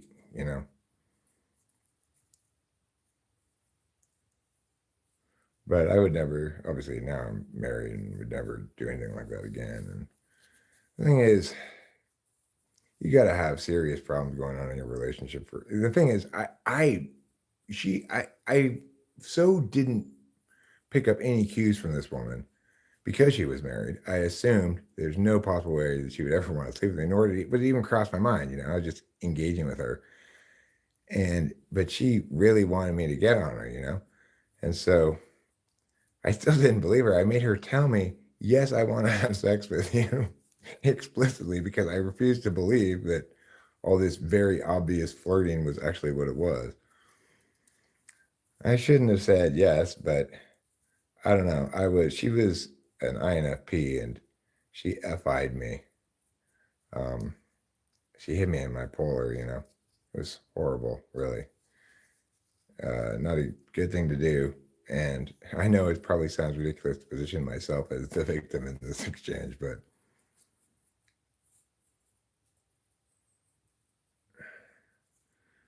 yeah, Ken accepting that he has to be by himself and be unloved.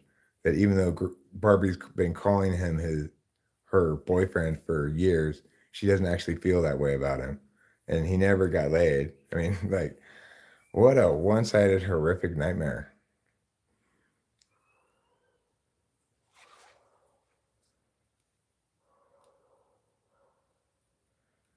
Well, for those who do see it, I mean, I think it's worth seeing in that it's bound to provoke a fairly strong opinion from anybody who's fairly intuitive. People who aren't very intuitive will sort of not pick up on the. Well, I mean, the point is, in Barbie Land, presumably getting laid is like kissing and holding hands or something. The point is that Barbie tells him at the end of the movie that she doesn't have those kind of feelings for him. The actual getting laid part is kind of irrelevant. The point is she's been stringing him on for years, and he's been existing as a totally second class citizen in Barbie Land. But um, she's been insisting he's her boyfriend, and he's been behaving accordingly, right? Like, so, okay, well, then why don't we spend time together instead of you always spending time with the girls or whatever? Um, and her big concession is, okay, it doesn't always have to be girls' night, but I don't feel that way about you after all. And he just is like, okay, I guess now I accept reality and I'm happier because I accept it as it is. It's like, it's horrible.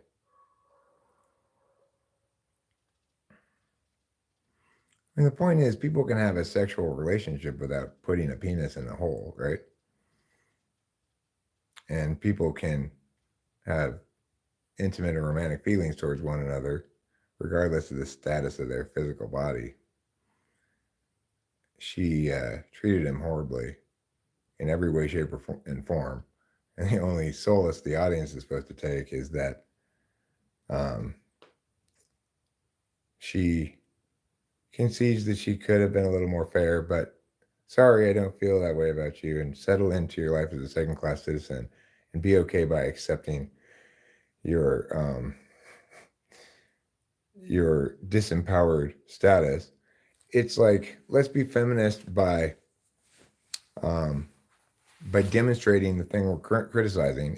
It fails Eric's number one law of toxic stupidity. I don't remember if it's one, two, or three, but it's two wrongs don't make a right. You know, if you don't understand that and you make a movie that tries to get you happy about two wrongs make a right, well, then you're toxically stupid. And certainly that woman who made that film is that. I have more specific critiques, like, having lawyer Barbie in a court case at the beginning be arguing against corporations being treated as people is just another example of somebody who doesn't know that Supreme Court ruling at all. Like, it's just so offensive to me. How dare you try to use a legal opinion about a Supreme Court ruling as evidencing and demonstrating lawyer Barbie's intelligence and correctness and wisdom, and you don't even have the Supreme Court ruling right. Horrible.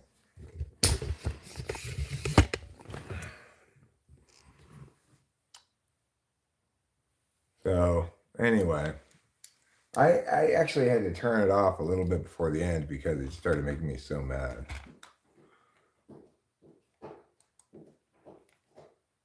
Thanks, Jimmy Blaze. He does have a little plastic penis, but it usually gets lost.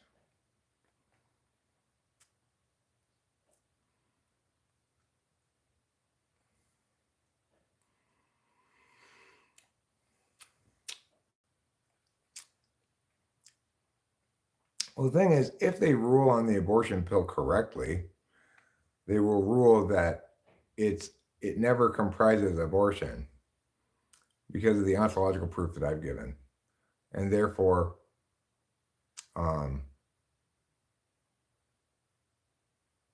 it doesn't matter what the states rule about abortion. It doesn't apply to the abortion pill. I mean, have you seen it yet, Lou? Keep in mind, I'd be just as mad if it if it had ended with the subjugation of Barbie. I I'm not in favor of groups being reduced, no matter what group they are. So you should see the movie before you think it's telling. It's like, yeah, men are more likely to get upset about a movie that belittles men, just as women are more likely to be triggered by a movie that belittles women, just as gays are more likely to be triggered by a movie that belittles gays, etc. But the point is, I would have the same response no matter what group it was belittling and reducing. And I would hope you would too. So I probably was made more angry by that film than I would have been if they had been, you know, disenfranchising some other group. But the reality is, the reason it was so offensive is that it failed to uphold the basic law of narrative and structure and story structure. If you're trying to claim you got a happy ending, it's got to end up with the disempowered winning and the powerful being taken down. It doesn't work the other way around. It's just a fundamental. Um, it's just a fundamental sort of reality and storytelling, right? You don't end with the powerful winning a perpetual maintenance of an unfair status quo and pretend that it's a happy ending.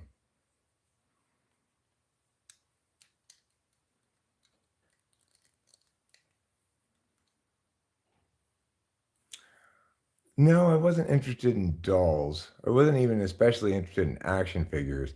I did like playing with Hot Wheels, but I played a lot with plants and stuff. I just play out back with some leaves and some shit, pretending they were spaceships and whatever. Uh, And the one girl toy I was very interested in was, yeah, like seed pods and shit, things that can be easily made to look like a spaceship. Um, I did want and got, in fact, but had them return Easy Bake Oven. Right, that was the one girl's toy I was really wanted, but I didn't end up getting it.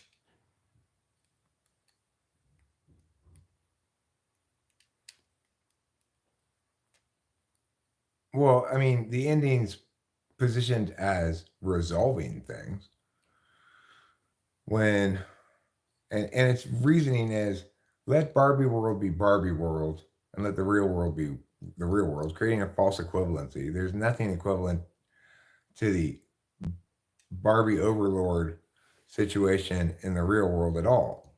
It's a caricature of what it purports to be the patriarchy, uh, a reality that doesn't really exist anymore. It's like healthy people and healthy relationships aren't defining themselves in terms of groups.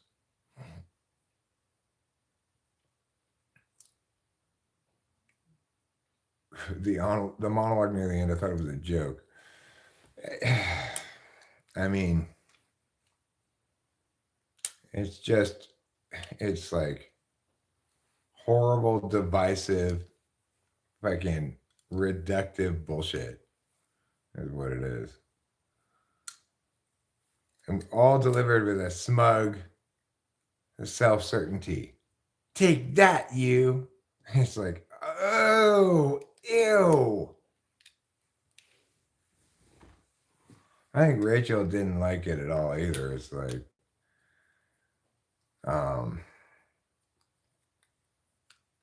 I don't know. I was more offended by it probably than she was naturally, but in being offended, it was hard for me to glean how offended she was really because I was too busy saying how offended I was. I'll have to ask her if she what she thought of it outside of my reaction to it. I haven't really asked her. Um, I mean, it's supposed to wrap things up neatly. We're supposed to accept the frame there that it's fine however this turns out because it's Barbie world. It's just make believe. But of course, all the characters in a movie are make believe. To pretend that what happens to them doesn't need to resonate with our intuitive sense of justice because they're make believe characters is to say that no stories should resonate with our sense of justice.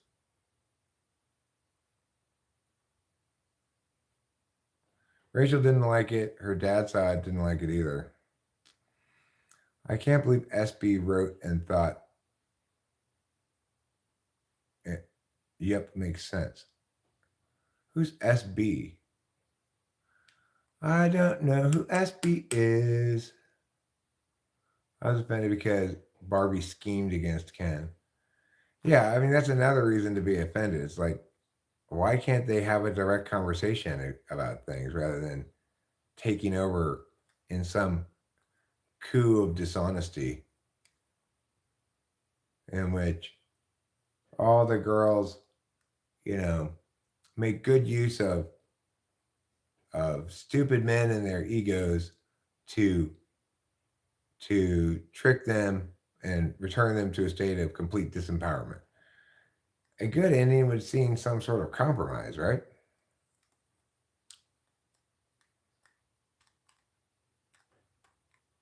Being offended by it seems strange. Not gonna lie. I mean, it doesn't seem strange to me because I obviously think that saying the right things, telling the right story is very important, and telling the wrong story is very bad.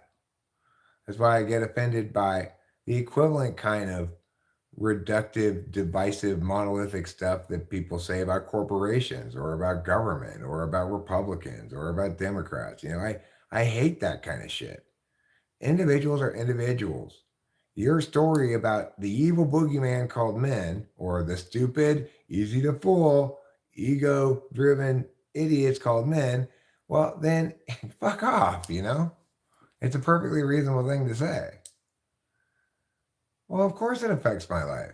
Everything I watch becomes part of who I am, my experience, and whatnot. Um, I'm here trying to tell the truth to people whoever they may be they empowered people, disempowered people, whatever. I'm trying to tell the truth. I'm competing narratively against people who are trying to spread their lies, like Greta Gerwig or whatever. My life is all about telling these various stories the truth. My stories are the truth, is what I'm telling. And when propaganda like that bullshit uh, butts up against my truth telling, it's unavoidable for me to be like, oh, someone spewed diarrhea all over here. Just like I do in the chat when somebody starts talking nonsense in some other reductive way. Everybody has their various dumbnesses. I do too, but hopefully that's not one of them. I'm not groupist. And yes, like hating corporations, hating the rich is groupist ultimately. That's why it's wrong. Stop trying to pretend like you know an individual by whether or not they're poor or rich, whether or not they're part of a corporation or a farmer, subsistence farmer, or whatever. Just stop trying to make statements about groups that allow you to then treat individuals that you label such as not individuals, but as subject to your generalization about the group. It's horrible. We should all be offended by that. So, yeah, of course we should all be offended by that. And we should be an equal opportunity offender. So if something is offensive towards meow group or meow group, I will be equally offended by it.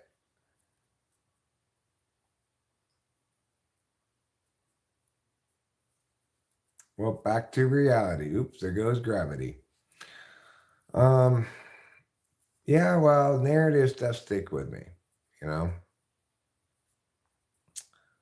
I get mad when people neither refute nor accept the truth I'm speaking, but just persist in their stone-headed, stubborn ways.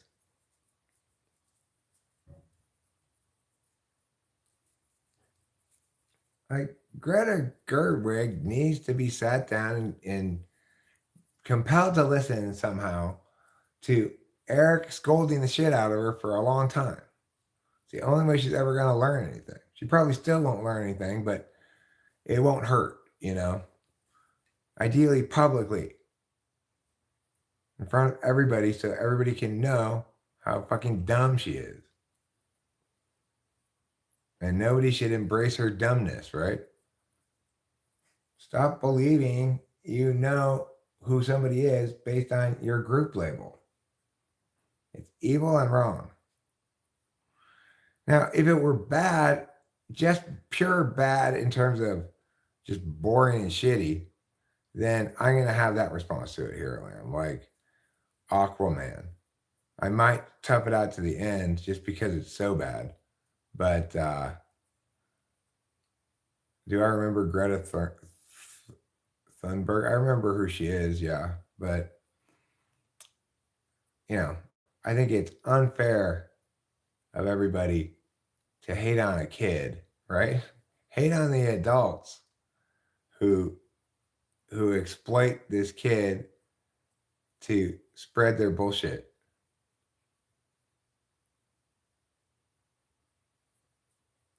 Now, I'm sure she's probably an adult now, but I don't know. I've not kept up with her. I was in the first place, I was like, oh, shut the fuck up. Again, group of shit. Like, except that instance, it was adults and kids. Enough. Enough with your group is bullshit. Another terrible movie was like Lee Chong and the Five Rings. It was like in the Doctor Strange universe. It actually had Aquafina in it, but even she could not save that movie. It was so terrible. I barely remember it. That's how bad it was.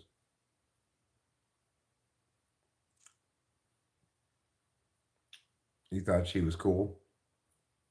Cool hair. I don't remember really what she looks like at all, but well, sure, sometimes the group is right. Those are the topics that I'm unlikely to talk about, right? When we all agree on something, well, then it's unlikely to come up as a topic.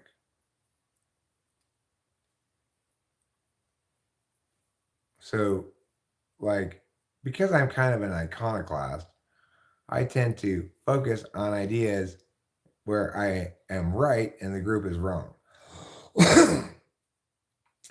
You know, the mass population. Where the general population is correct, there's little conversation to be had, right? Like, so when I talk about debate and use a bunch of jargon and stuff, there's little conversation about it because nobody's disputing that I've correctly identified that this is that kind of argument and this is that kind of framework or whatever. Nobody's disputing my correctness about the terms. And people are just sort of like taking it in and or not taking it in. But there's not any real response to it, just as there's generally not any response when I'm talking about grammar, because people accept that I'm talking about something that's known beyond me. I didn't make it up. It's broadly accepted. Grammar, logic, debate, those all things are broadly accepted. I'm not, they're not Eric positioning his work as meaningful at all. He's just explaining to people what he knows and they can trust that knowledge because they can verify it somewhere else. Where I do the most important work is in explaining where others are wrong, though, because that's the necessary thing to be done is help people detach from their wrong positions, such as evolution, for example, um, and rethink it in a more critical way because broad consensus says we have an explanation for speciation, even though it doesn't actually explain anything.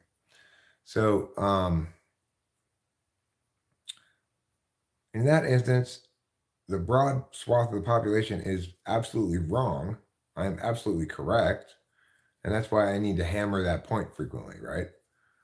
If I had broad agreement, there'd be nothing, no reason for me to articulate it.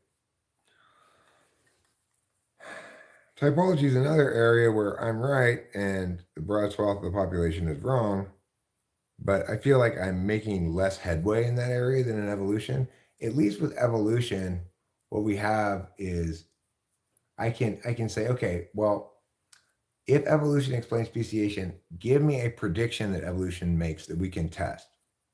And show me an example where that test has validated the theory. There's nobody can ever do that, right?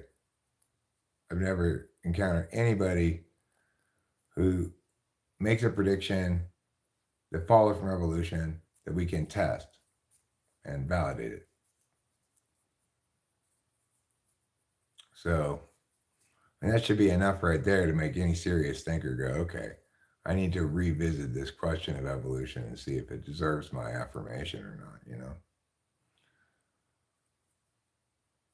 Because that's what scientific theories are supposed to do, right? Make predictions that you can test to validate or falsify them.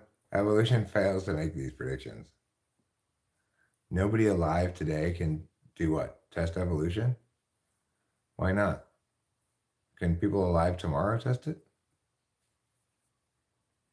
Anunnaki, maybe. I don't know. I don't know what Anunnaki is. Anyway, I also cover important topics like McDonald's is actually healthy. And um, and let's see.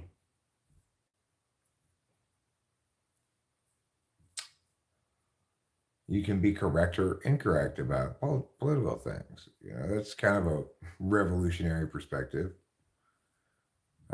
And also, you're incorrect, whatever your position is, probably, because you have to justify it correctly. Felt the earth beneath my feet, sat by the river, and it made me complete. And after it was done, I called up Pete and said, "Hey, can you touch my meat?" How's McDonald's healthy? Well, what I'm saying is, it's no more or less healthy than any other hamburger, chicken sandwich, whatever you get, French fries. It's no more or less healthy than making a hamburger at home. If anything, it's probably more healthy. It's probably like you're likely to get a hamburger cooked in a less greasy fashion at McDonald's.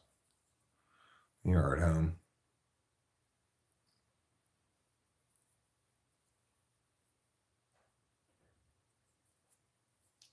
People seem to think that eating a lot of fast food is unhealthy for some reason. You know, it's it's definitely not. I need some calories right now. Let's go in the kitchen and make me some lunch. Because I'm starving. Like the Hunch a Bunch brunch.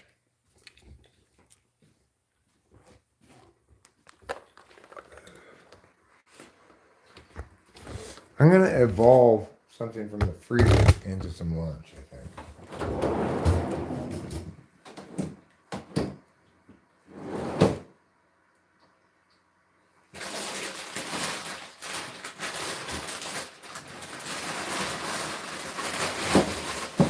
Alright, I'm going to make 2 of these breakfast burritos for myself. At the total cooking time of 3 minutes.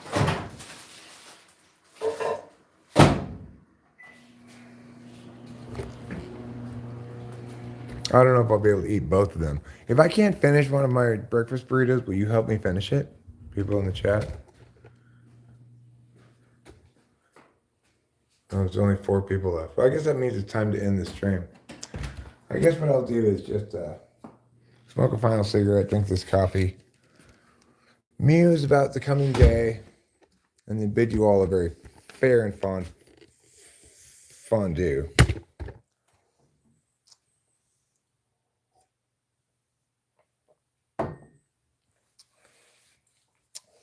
I did take 1 trash can up to the street this morning, and I went back to check the other trash cans. They were all empty. I guess we only produced 1 trash can's worth of trash this week.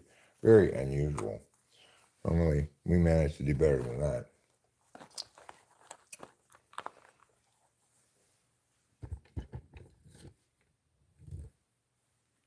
You will have a bite. What flavor? It's sausage, egg, and cheese burritos. They're breakfast burritos.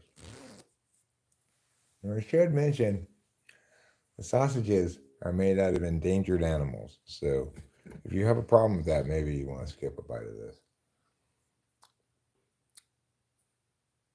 Apparently, they actually found and then killed and cooked the last dodo bird for these burritos. There was 1 left, it turns out.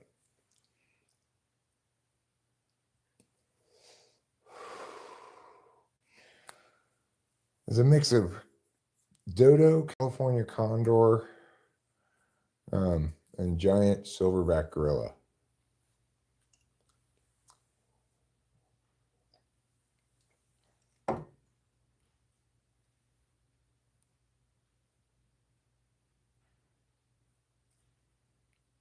It was just a whisper of spotted owl for flavoring.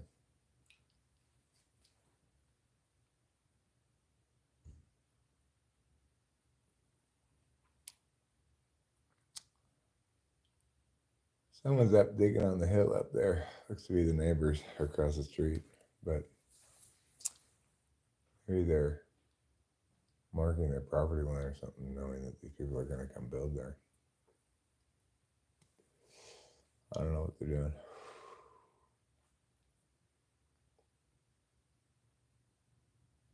It's like, I so much hope that it's impossible to build on that hill. I hope the land's unstable or whatever. Let us pray. Let us pray that those people do not follow through on their plan. Let us pray that they cannot or choose not to build on that hill across the street. Let us pray. Amen, O Lord, please. Let it be so that those people do not build across the street.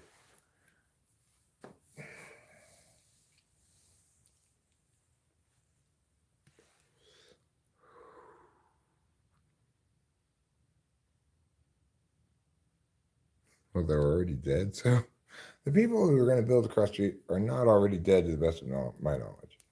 They could have died on their return trip from here to their home. I wouldn't wish that on them, but if it were to have happened already, I would feel like, well, it's a convenient tragedy, you know.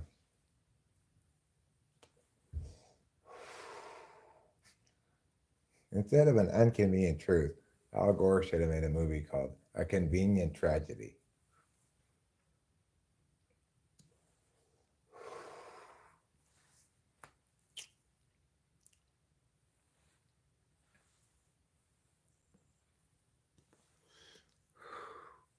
If they died under like suspicious circumstances, I wonder if we'd be suspects because we have a motive. We didn't want them to build across the street. They'd be hard pressed to prove that we're guilty of anything since we more or less never leave the house.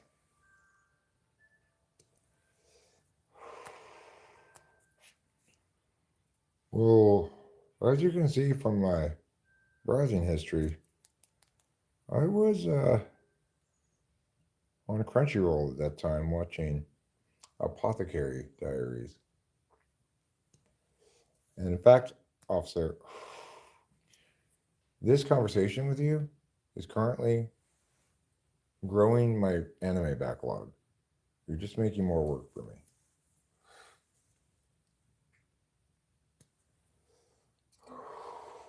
To be honest, I have no backlog of anime at all. It's one of the big sadnesses of my life. I've like watched everything. I've watched some things twice. There's nothing good left for me to watch, and it's between seasons right now. So I'm watching all these Korean shows.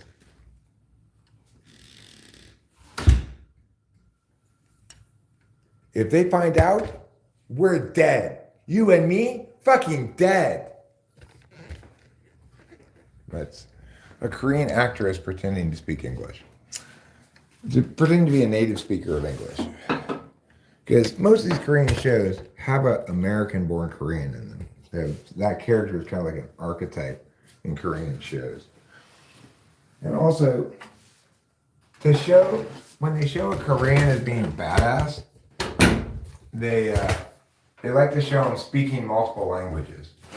That's considered badass in Korean culture, I guess. So you can speak English.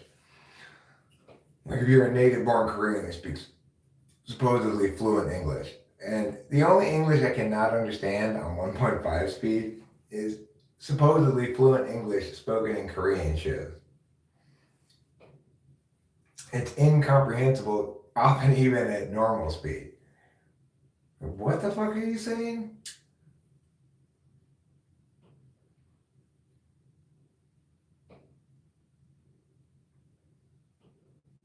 Listen up, guys. A bonus of an extra 30,000 to whoever takes him out.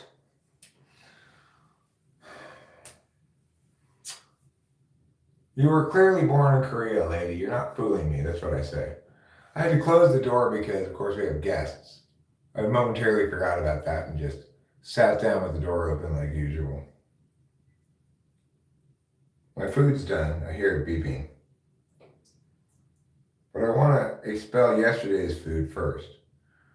So I'm bringing you all along on a very poop-colored adventure.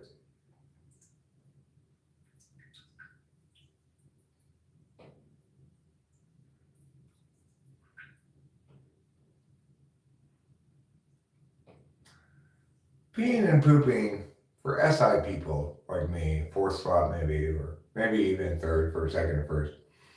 Peeing and pooping represents a small pleasure in the day. Sense of relief, a sense of productivity. Hey, I peed, I pooed, my body's doing work, you know? My body's doing the correct thing with the extra food it can't digest, is turning it into poop. I'm doing the correct thing. I'm putting poop into the toilet where it goes. Instead of on Ruben's pillow. where I normally go, I'm really earning the wonder points that I then hand out to you guys. This is how I earn them. By doing meaningful SI work. Peeing, pooping, making the sexual intercourses with my wife, blowing my nose, yawning, sleeping, um, making myself food, all of these things are accomplishments I can be proud of. But despite that, I'm not proud of them. You know why? Well, because SI is only an instrumental value for me. I just feel a sense of relief. Oh God, that's out of the way. Now I won't have to poop for a while. But today, right now, I didn't even poop at all. I just peed. My poop, I guess, was false alarming me, saying maybe it was ready, but it was lying. It was lying like Barbie at the end of that movie.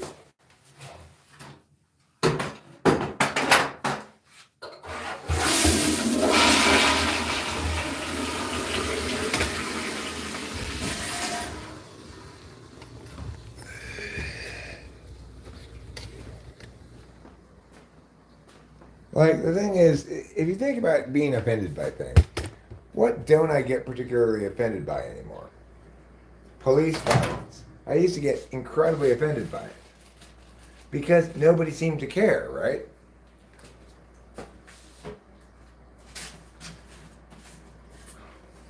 I was ranting on Facebook about cops killing people and getting away with it years before the BLM movement came into being. Once it did, and the country sort of woke up to the problem and admitted it was a serious issue and tried to do something about it en masse, then I didn't need to care about it anymore.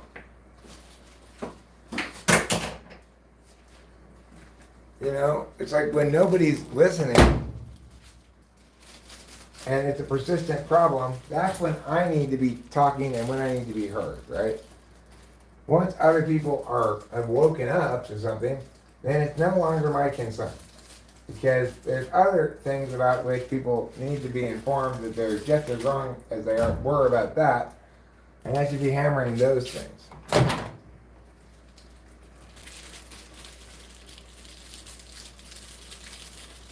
I no longer spend time talking about COVID, because by and large, the world seems to have accepted that the lockdowns were a big mistake. I use it as an example of how people should listen to me when it matters rather than after it's too late. But other than that, I don't talk about it much. Ukraine. I was advising that the U.S. needed to make Ukraine part of NATO before they annexed Crimea, when it mattered, right? Now it's too late, so you know, this is how it goes for me, right?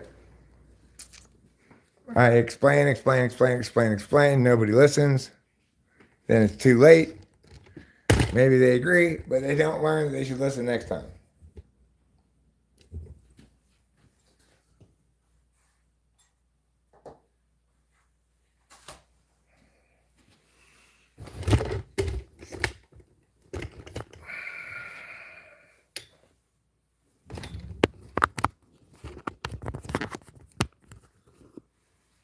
When I've been wrong, it's almost always predictions, not prescriptions.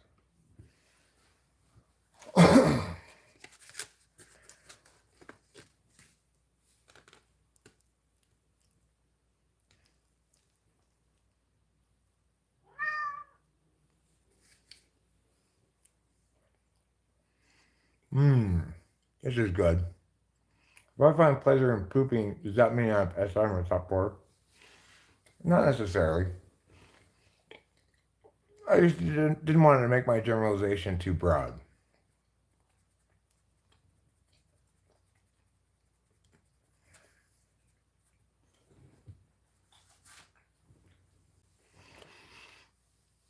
Well, I think it's fair to say good job, U.S. police, for recognizing that you can't get away with that anymore and somewhat changing your behavior.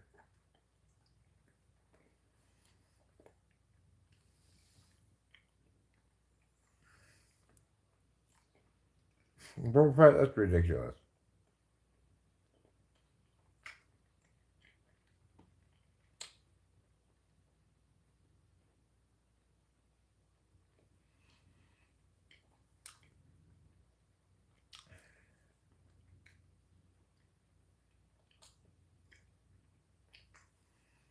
Nobody should be subjected to any more force than is necessary in every instance. Is absolutely necessary.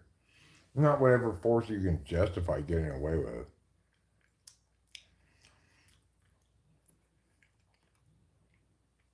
Yeah, I mean,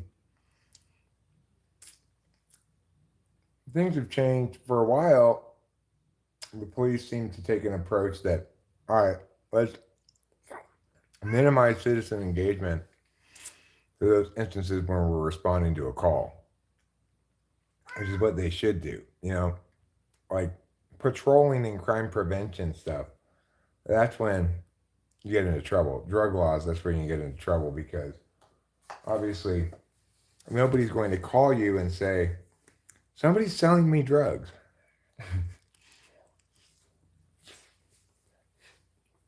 I want to buy.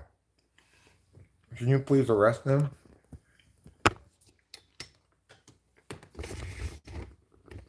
So whenever you have so-called victimless crimes, the problem with them is not that there's not a victim, inherently, although that's a separate problem, but it's that if you don't have a victim, then whatever the statute or law is, it can be enforced selectively. Nobody's going to complain if you let them go. If a cop lets me go for drug possession, nobody's going to complain about it. If a cop then doesn't let a black guy go for drug possession, he's going to complain about being arrested maybe, but there's no record of the fact that the cop's selectively enforcing this. And there's no way to prevent it because there's no victim to complain if he lets you go.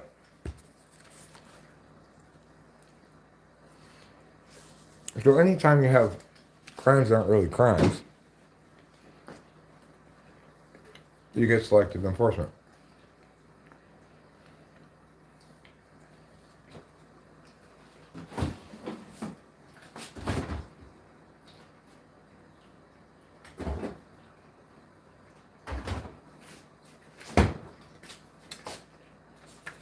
And that's bad always because it violates principles of process integrity.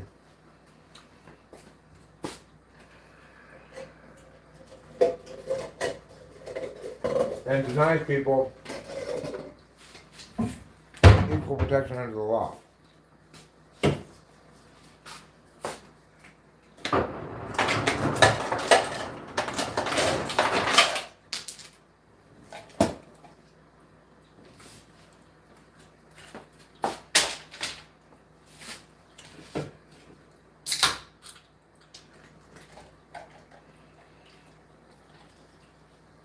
Who would get water from the fridge anyway? Water is supposed to be a room temperature drink. You get water from the sink.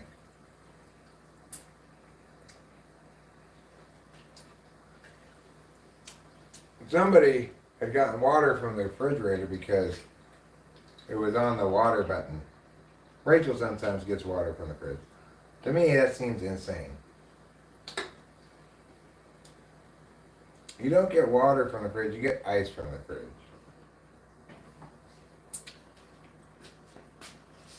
If you, for some reason you want your water cold, you get sink water and put ice in it.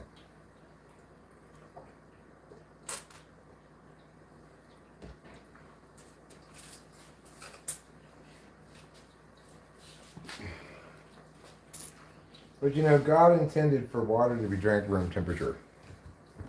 I saw it in a vision the other night. Eric, yes, God? Tell everybody about how water should be drank room temperature.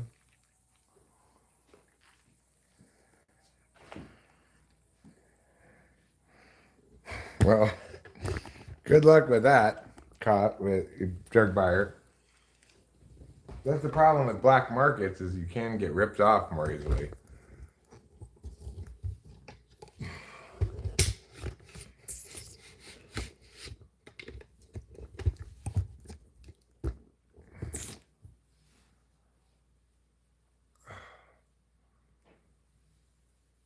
Well, I think more than accountability, what we're seeing, although we do see some instances of accountability, what we're mostly seeing is cops successfully avoiding using deadly force.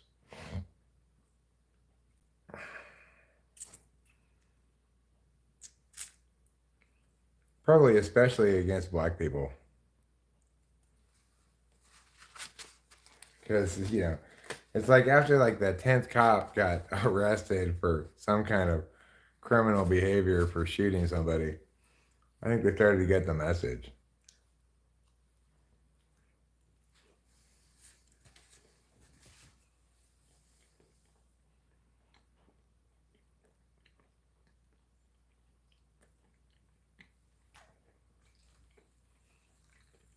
Ultimately, the point is there are plenty of people carrying that narrative forward now, taking it seriously.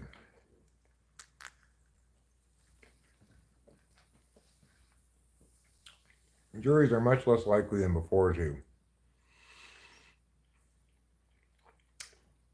afford the police an unreasonable benefit of the doubt.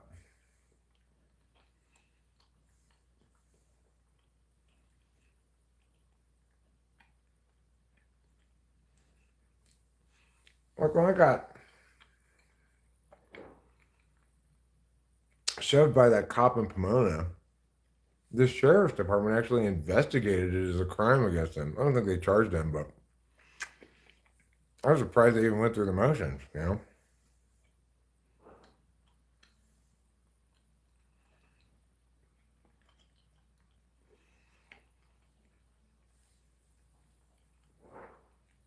Because I told them the truth about it, which is, well, when I took money from the city of Pomona and agreed that that comprised all the liability they had, I took that to mean that comprised all the liability he had as well, because they're buying his liability. So, as per the terms of that agreement, I have no opinion about what you should do with this cop. They've already paid me what I asked for, and I said fine.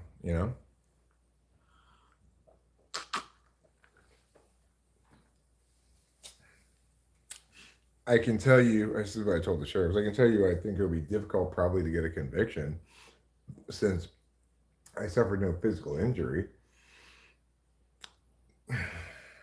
Thing is, about that case, I was concerned.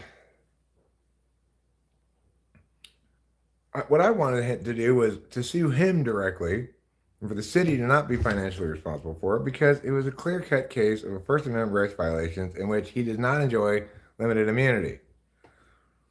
But the city opponent didn't want to listen to me.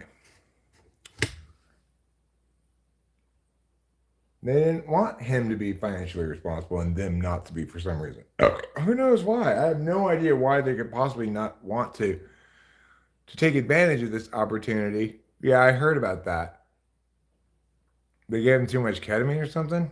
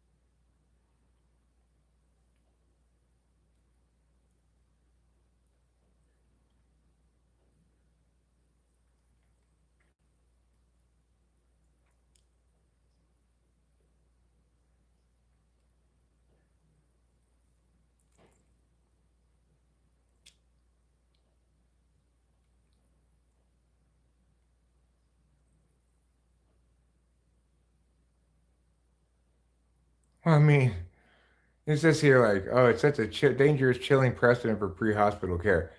I mean, what it sets a precedent for is gaining the consent of somebody before injecting them full of shit, obviously.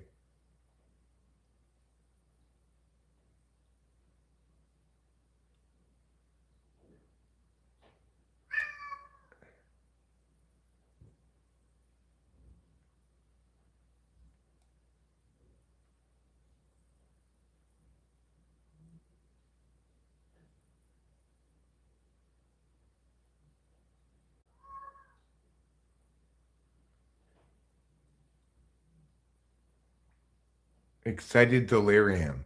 A disputed condition, some say is unscientific, has been justified to used to justify excessive force. Of course it is. Diagnosing someone with excited delirium. What bullshit is that?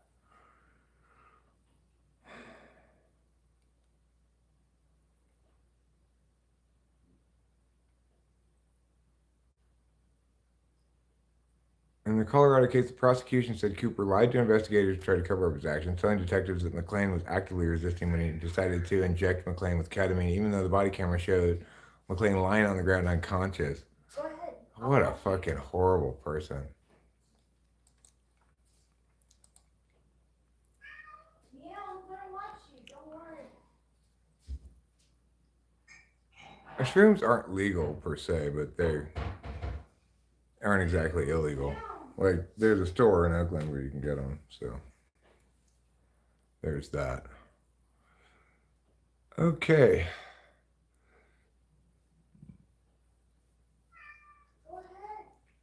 Well, I guess it's time to wrap this up and watch a little football. Until later, have a pleasant day.